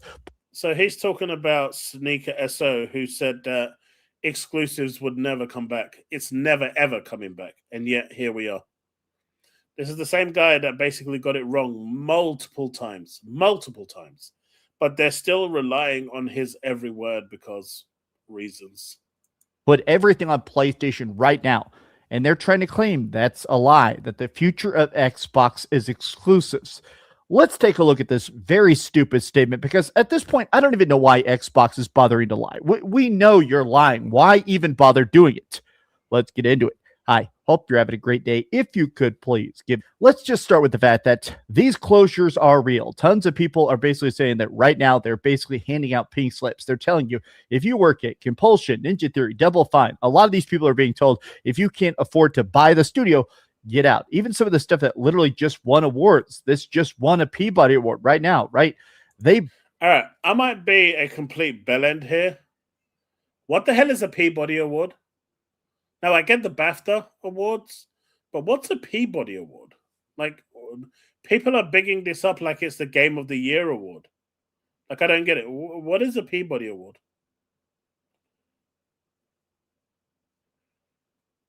It's an award? Yeah. I get that. Is it like a big award? Is it like a, is it an award aimed at a certain genre of the community? Like, what is it exactly? Oh, it's just another one of those. You know what, Rachel? I was gonna say that, but that's what I was kind of getting at. Is that what it is, or is it an actual bona fide award? bought this in 2018. Now, there are some leaked budgets going around today that... The problem is, though, South of Midnight was a really good game. If you haven't played it, I recommend you do. The music was good. The animations were good. The boss battles were good. The gameplay was good. It was a good game, and it definitely deserved to shine a lot more than it did. But Microsoft didn't advertise it at all. Just look at the aggressive advertising they did for Forza Horizon 6. What other game have they aggressively advertised in that same way? Or even half of the advertising that they showed for Forza Horizon 6. What other game have they done that for? It's clear that advertising works. You need to make people aware of your games. Making the same people that already know about it aware isn't the thing, isn't doing you anything. You need to let the wider audience know that this game is coming and this is why you should play it. This is why you should buy it. But they don't do that anymore. And we've already seen with Forza, it works. So, yeah, and Starfield sold well, right? Starfield sold really well. Regardless of how people felt about it afterwards, it sold really well. There was, I think, 2 or 3 million people playing it in early access. And that's all purchases, whether it's early, the upgrade purchase or the full price purchase from, I think it's like $120, people still purchased it. So it's clear that marketing your game and advertising it and pushing it out there to people works. I don't understand why they don't do it. Oh, I don't believe anything he said. It sounds like some of this stuff has been very expensive. It sounds like The Outer Worlds 2 and this game, South of Midnight, both cost $100 million to make. And no offense to it, but South of Midnight doesn't really look that good. It doesn't exactly play that good. It's like a cool art piece game. It's something that I expected to have a budget of about $10 million. So the fact that it's 10x of the value proposition is a bit of a shock. Now, this is the... I don't think it's worth $100 million, but somewhere in the region of maybe 50, 60 million, I think is fair. Thing. These people are absolutely have been lying for months now, literally just being like, oh, here's how interesting it is. We're ready for little sparks to grow into something big. Everything. Numbers don't lie. The numbers have been bad for a while. The numbers never lie. This has been the thing, is that Xbox keep trying to claim that somehow if you cut out this amount of production cost and this amount of development cost, somehow they're giant and in the green. Xbox has been trying to claim that they're in a good spot, and now it's weird to see how correct I've been. I've been calling out this BS, and now they're sort of falling on the sword. Satya Nadella, the head of Microsoft, is... I mean, Concord was just really bad. I mean, I was talking to someone today who turned around and said that we didn't turn up for Concord, and I said, why would you? It was a fundamentally bad game. It was bad at its core. The gameplay mechanics weren't very good. The reality is they took Crucible from Destiny and made a worse version of Crucible and decided to kind of make it like a hero shooter, which didn't work because there's no hero moments in the game. So you can't even call it a hero moment. I mean, when you've got a bolt action sniper rifle and you get a headshot and it's not a one-hit kill, it's broken at the core. The frame rate on PlayStation 5 was, dropping below 60 FPS, which is crazy for a game like that. Whatever you want to feel about the character designs, they weren't appealing in any way, shape, or form. It was literally the Temu Guardians of the Galaxy. Like, what were they exactly going for with that game? The cosmetics looked worse than, AliExpress trying to sell you knockoff gear. Like, what exactly were they trying to do with Concord and think it's going to be a success? I think the only people that actually genuinely enjoyed it was Mooch's crew. And that's it. Admitting that they are deep, literally $20 billion in the red. But here's the quote from today. Again, I cannot imagine why you would even bother lying about this, but there's been a lot of leaks as of last night that said they're trying to reverse course. That's the exact term. You know how Smash JT is being sued for defamation? I would really love it, absolutely love it, if Microsoft sued him for defamation. I know it's petty and it wouldn't get anywhere, but just to see his ass getting just bet on fire for being fucking this much of a delusional twat and just an absolute... I'd love to see it. I'd love to see him crying on social media for people to, support him again. I would love it. Nothing would make me happier than to see him crying on social media, begging for money as Microsoft sues the living shit out of him. That multiple leakers have used, which is that right now, apparently, they're being told, work on PlayStation 5 versions of these exclusives so that if they bomb, we can put them out and make some sort of amount of money, right? The talk is that Gears of War E-Day could cost about $400 million to make. The talk is that essentially, if it does... No Gears game has cost over $200 million. Why is E-Day going to cost $4? Coalition are really good at what they do, by the way. Sell even 1 million copies on Xbox, they need to put it on PS5. It is not an option, and so it is. So that's what this is all about. He's upset that Gears isn't on PS5. Now I get it. Now we actually understand why he's upset and why he's coming out with all this rubbish. Fake that Microsoft wants to reverse course on Xbox exclusives right now, or that it was some kind of weird PR sleight of hand just for the showcase. Exclusive games are a foundation of the strategy for the post-memory crisis. Just how far will they go remains to be seen. Obviously, Microsoft and Satya like to change strategies and create uncertainty. And here it is. Matthew Ball himself, the CSO of Xbox, says, the rumors are false. Gears of War E-Day and Clockwork Revolution will stay exclusive.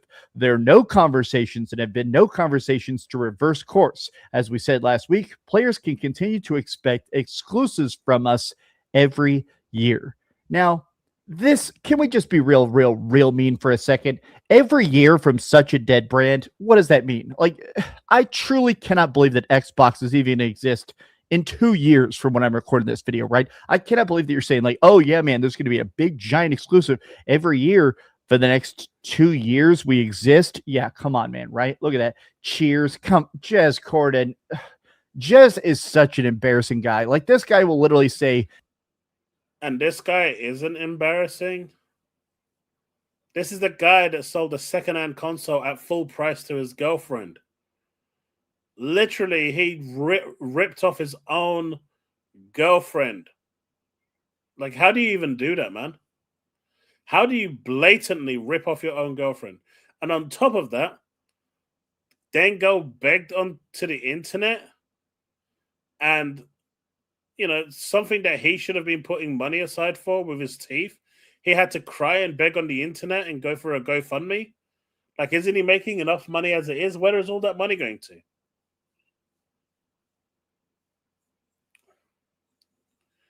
People like this are just, you know, they add nothing to society. Literally nothing. anything and everything to try and defend it. A lot of people joke about the fact that the only thing this guy leaks is stuff that like Microsoft hands him PR statements. They say, hey, say this good thing for us. And Jez goes out there and runs and goes, yeah, I'm so happy to report.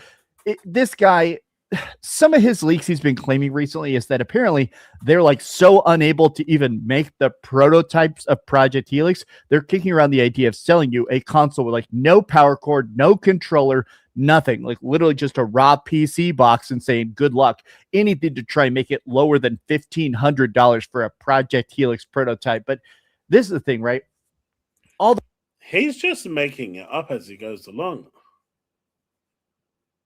Like, this is why I just, you know, if he actually had valid points, I get it. But he's literally making everything up as he goes along. Like, Jez Corden turned around in Xbox Part 2 or whatever, his podcast 2 or whatever it's called, and said that, you know, he can see a world where Microsoft might sell the console without a controller because your controllers that you have now would work on the Xbox. So they'll offer you a version without the controller to keep the price down. But that's just his speculative opinion. That's not come from Microsoft. How do you even sell anything to your girlfriend? I mean, the same way he has to pay her to be his girlfriend. You don't actually think he has a girlfriend, right? Like, there's no way you actually believe he has a girlfriend. Unless, you know, you're thinking he might have one of those daimakuras, you know, those pillows of anime girls that, you know, he might call a girlfriend as well at some point. Not everyone is, you know, he probably gets to go. Yeah. Those fake insiders right now.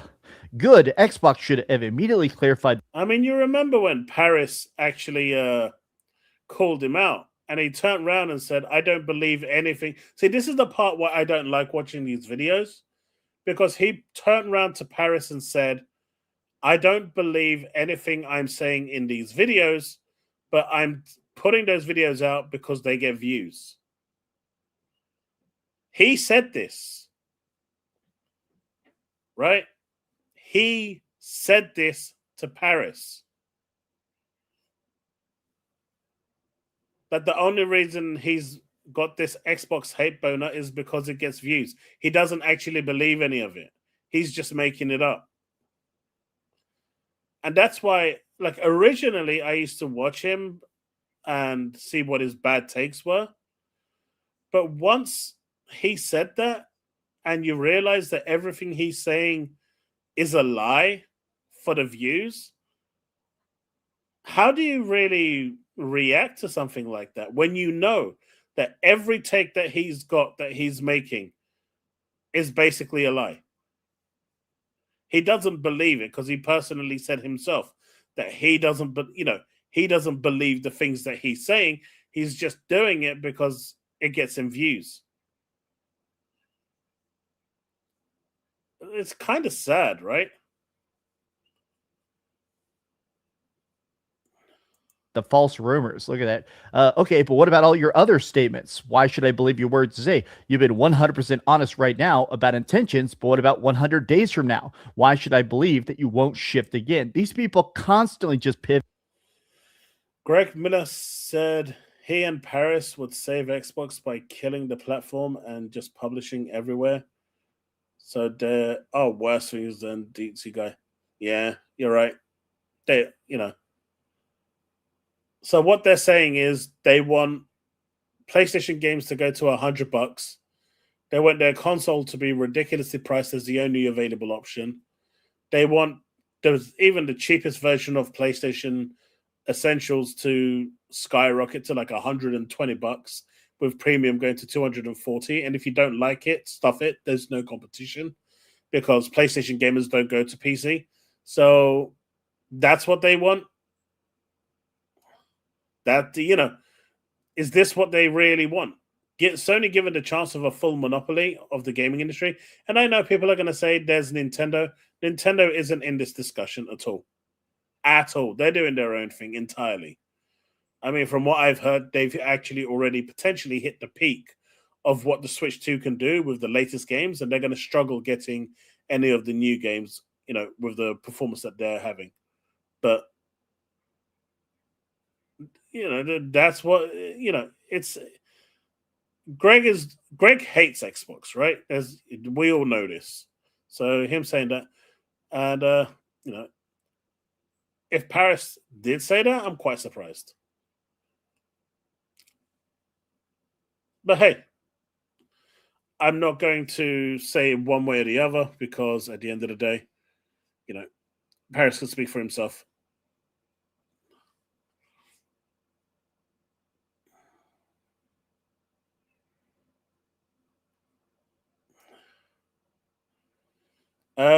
Yeah, they couldn't. Pivot. Sorry, Matthew, but it's hard to rock with the word you've been saying because right now it doesn't surprise me, Jimmy. It doesn't surprise me. It really doesn't.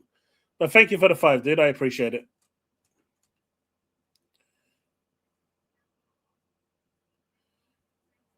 Yeah, Greg is the one that called all PlayStation gamers, PC gamers, sorry, PDFs, because you have all sorts of, weird and wonderful games on PC.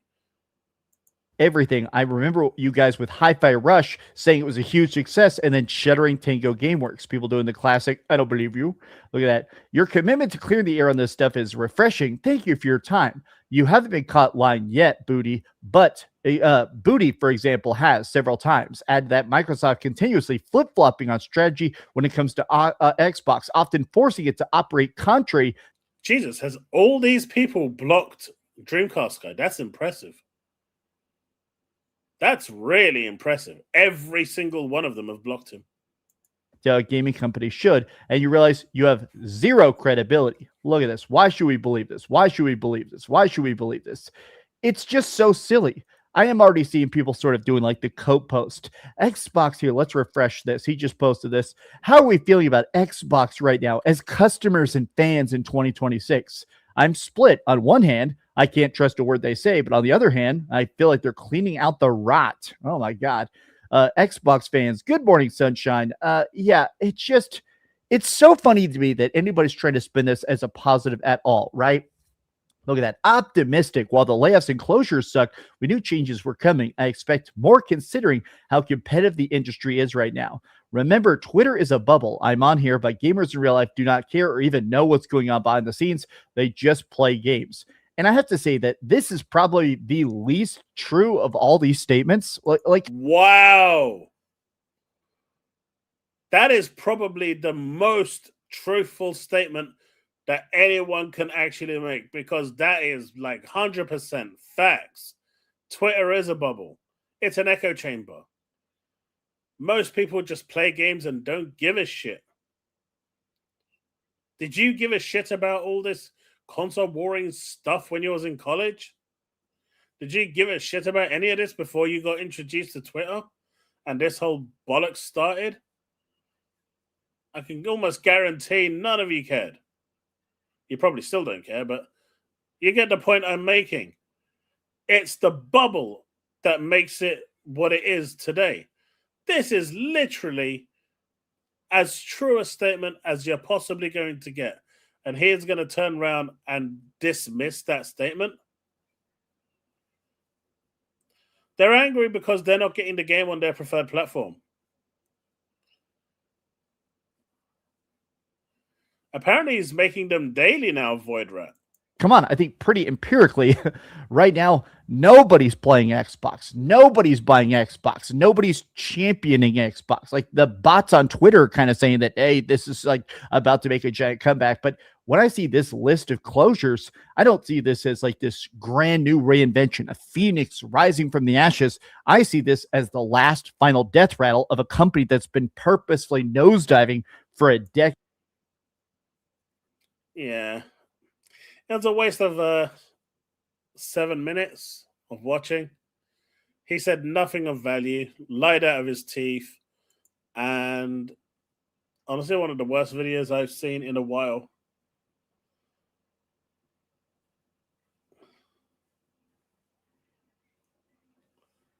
It was terrible. Absolutely terrible.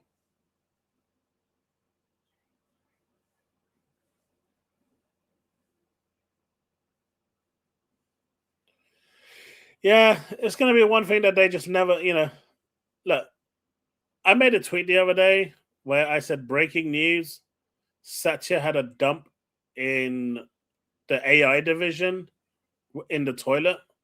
I wonder what it means. And it was a satire post, but I think that really outlined the situation that, it's all in. What's wrong? What happened? Huh? Each of these cats keep running up in here. As soon as she hears, she runs off to them. Yeah, I do that once in a while. Game Pass sucks, and then I don't watch those shows anymore, like IGN, and kind of. Yeah, I don't watch them. I don't think I ever watched them, to be honest. Because most of the time it's just spreading misinformation. It's a weird one, Devastator. Thank you for the 2, because people in Japan have been wanting to buy Xboxes, but there's no supply. And one of the statements that Matthew Bull made was that in countries where, like Europe and Japan, players should lean on PC because that's big in those countries, as opposed to them supplying more Xboxes. And I think that's just the wrong approach, right? I think that's a bad approach. But I saw a number of people on social media who did buy Xboxes in Japan, the ones that could find it, because they were a lot more expensive. Prices went up in stores that were kind of selling them that weren't official retailers.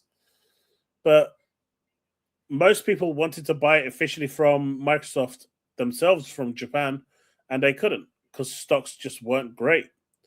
And it was a missed opportunity, But did it sell consoles? Yeah. Did it sell millions? No.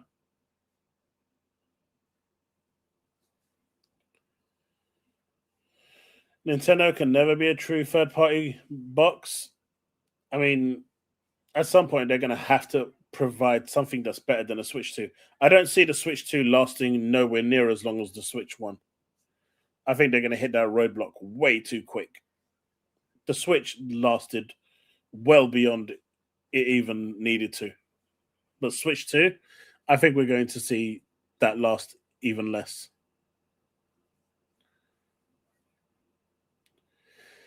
But chat, that's going to be it for me for today.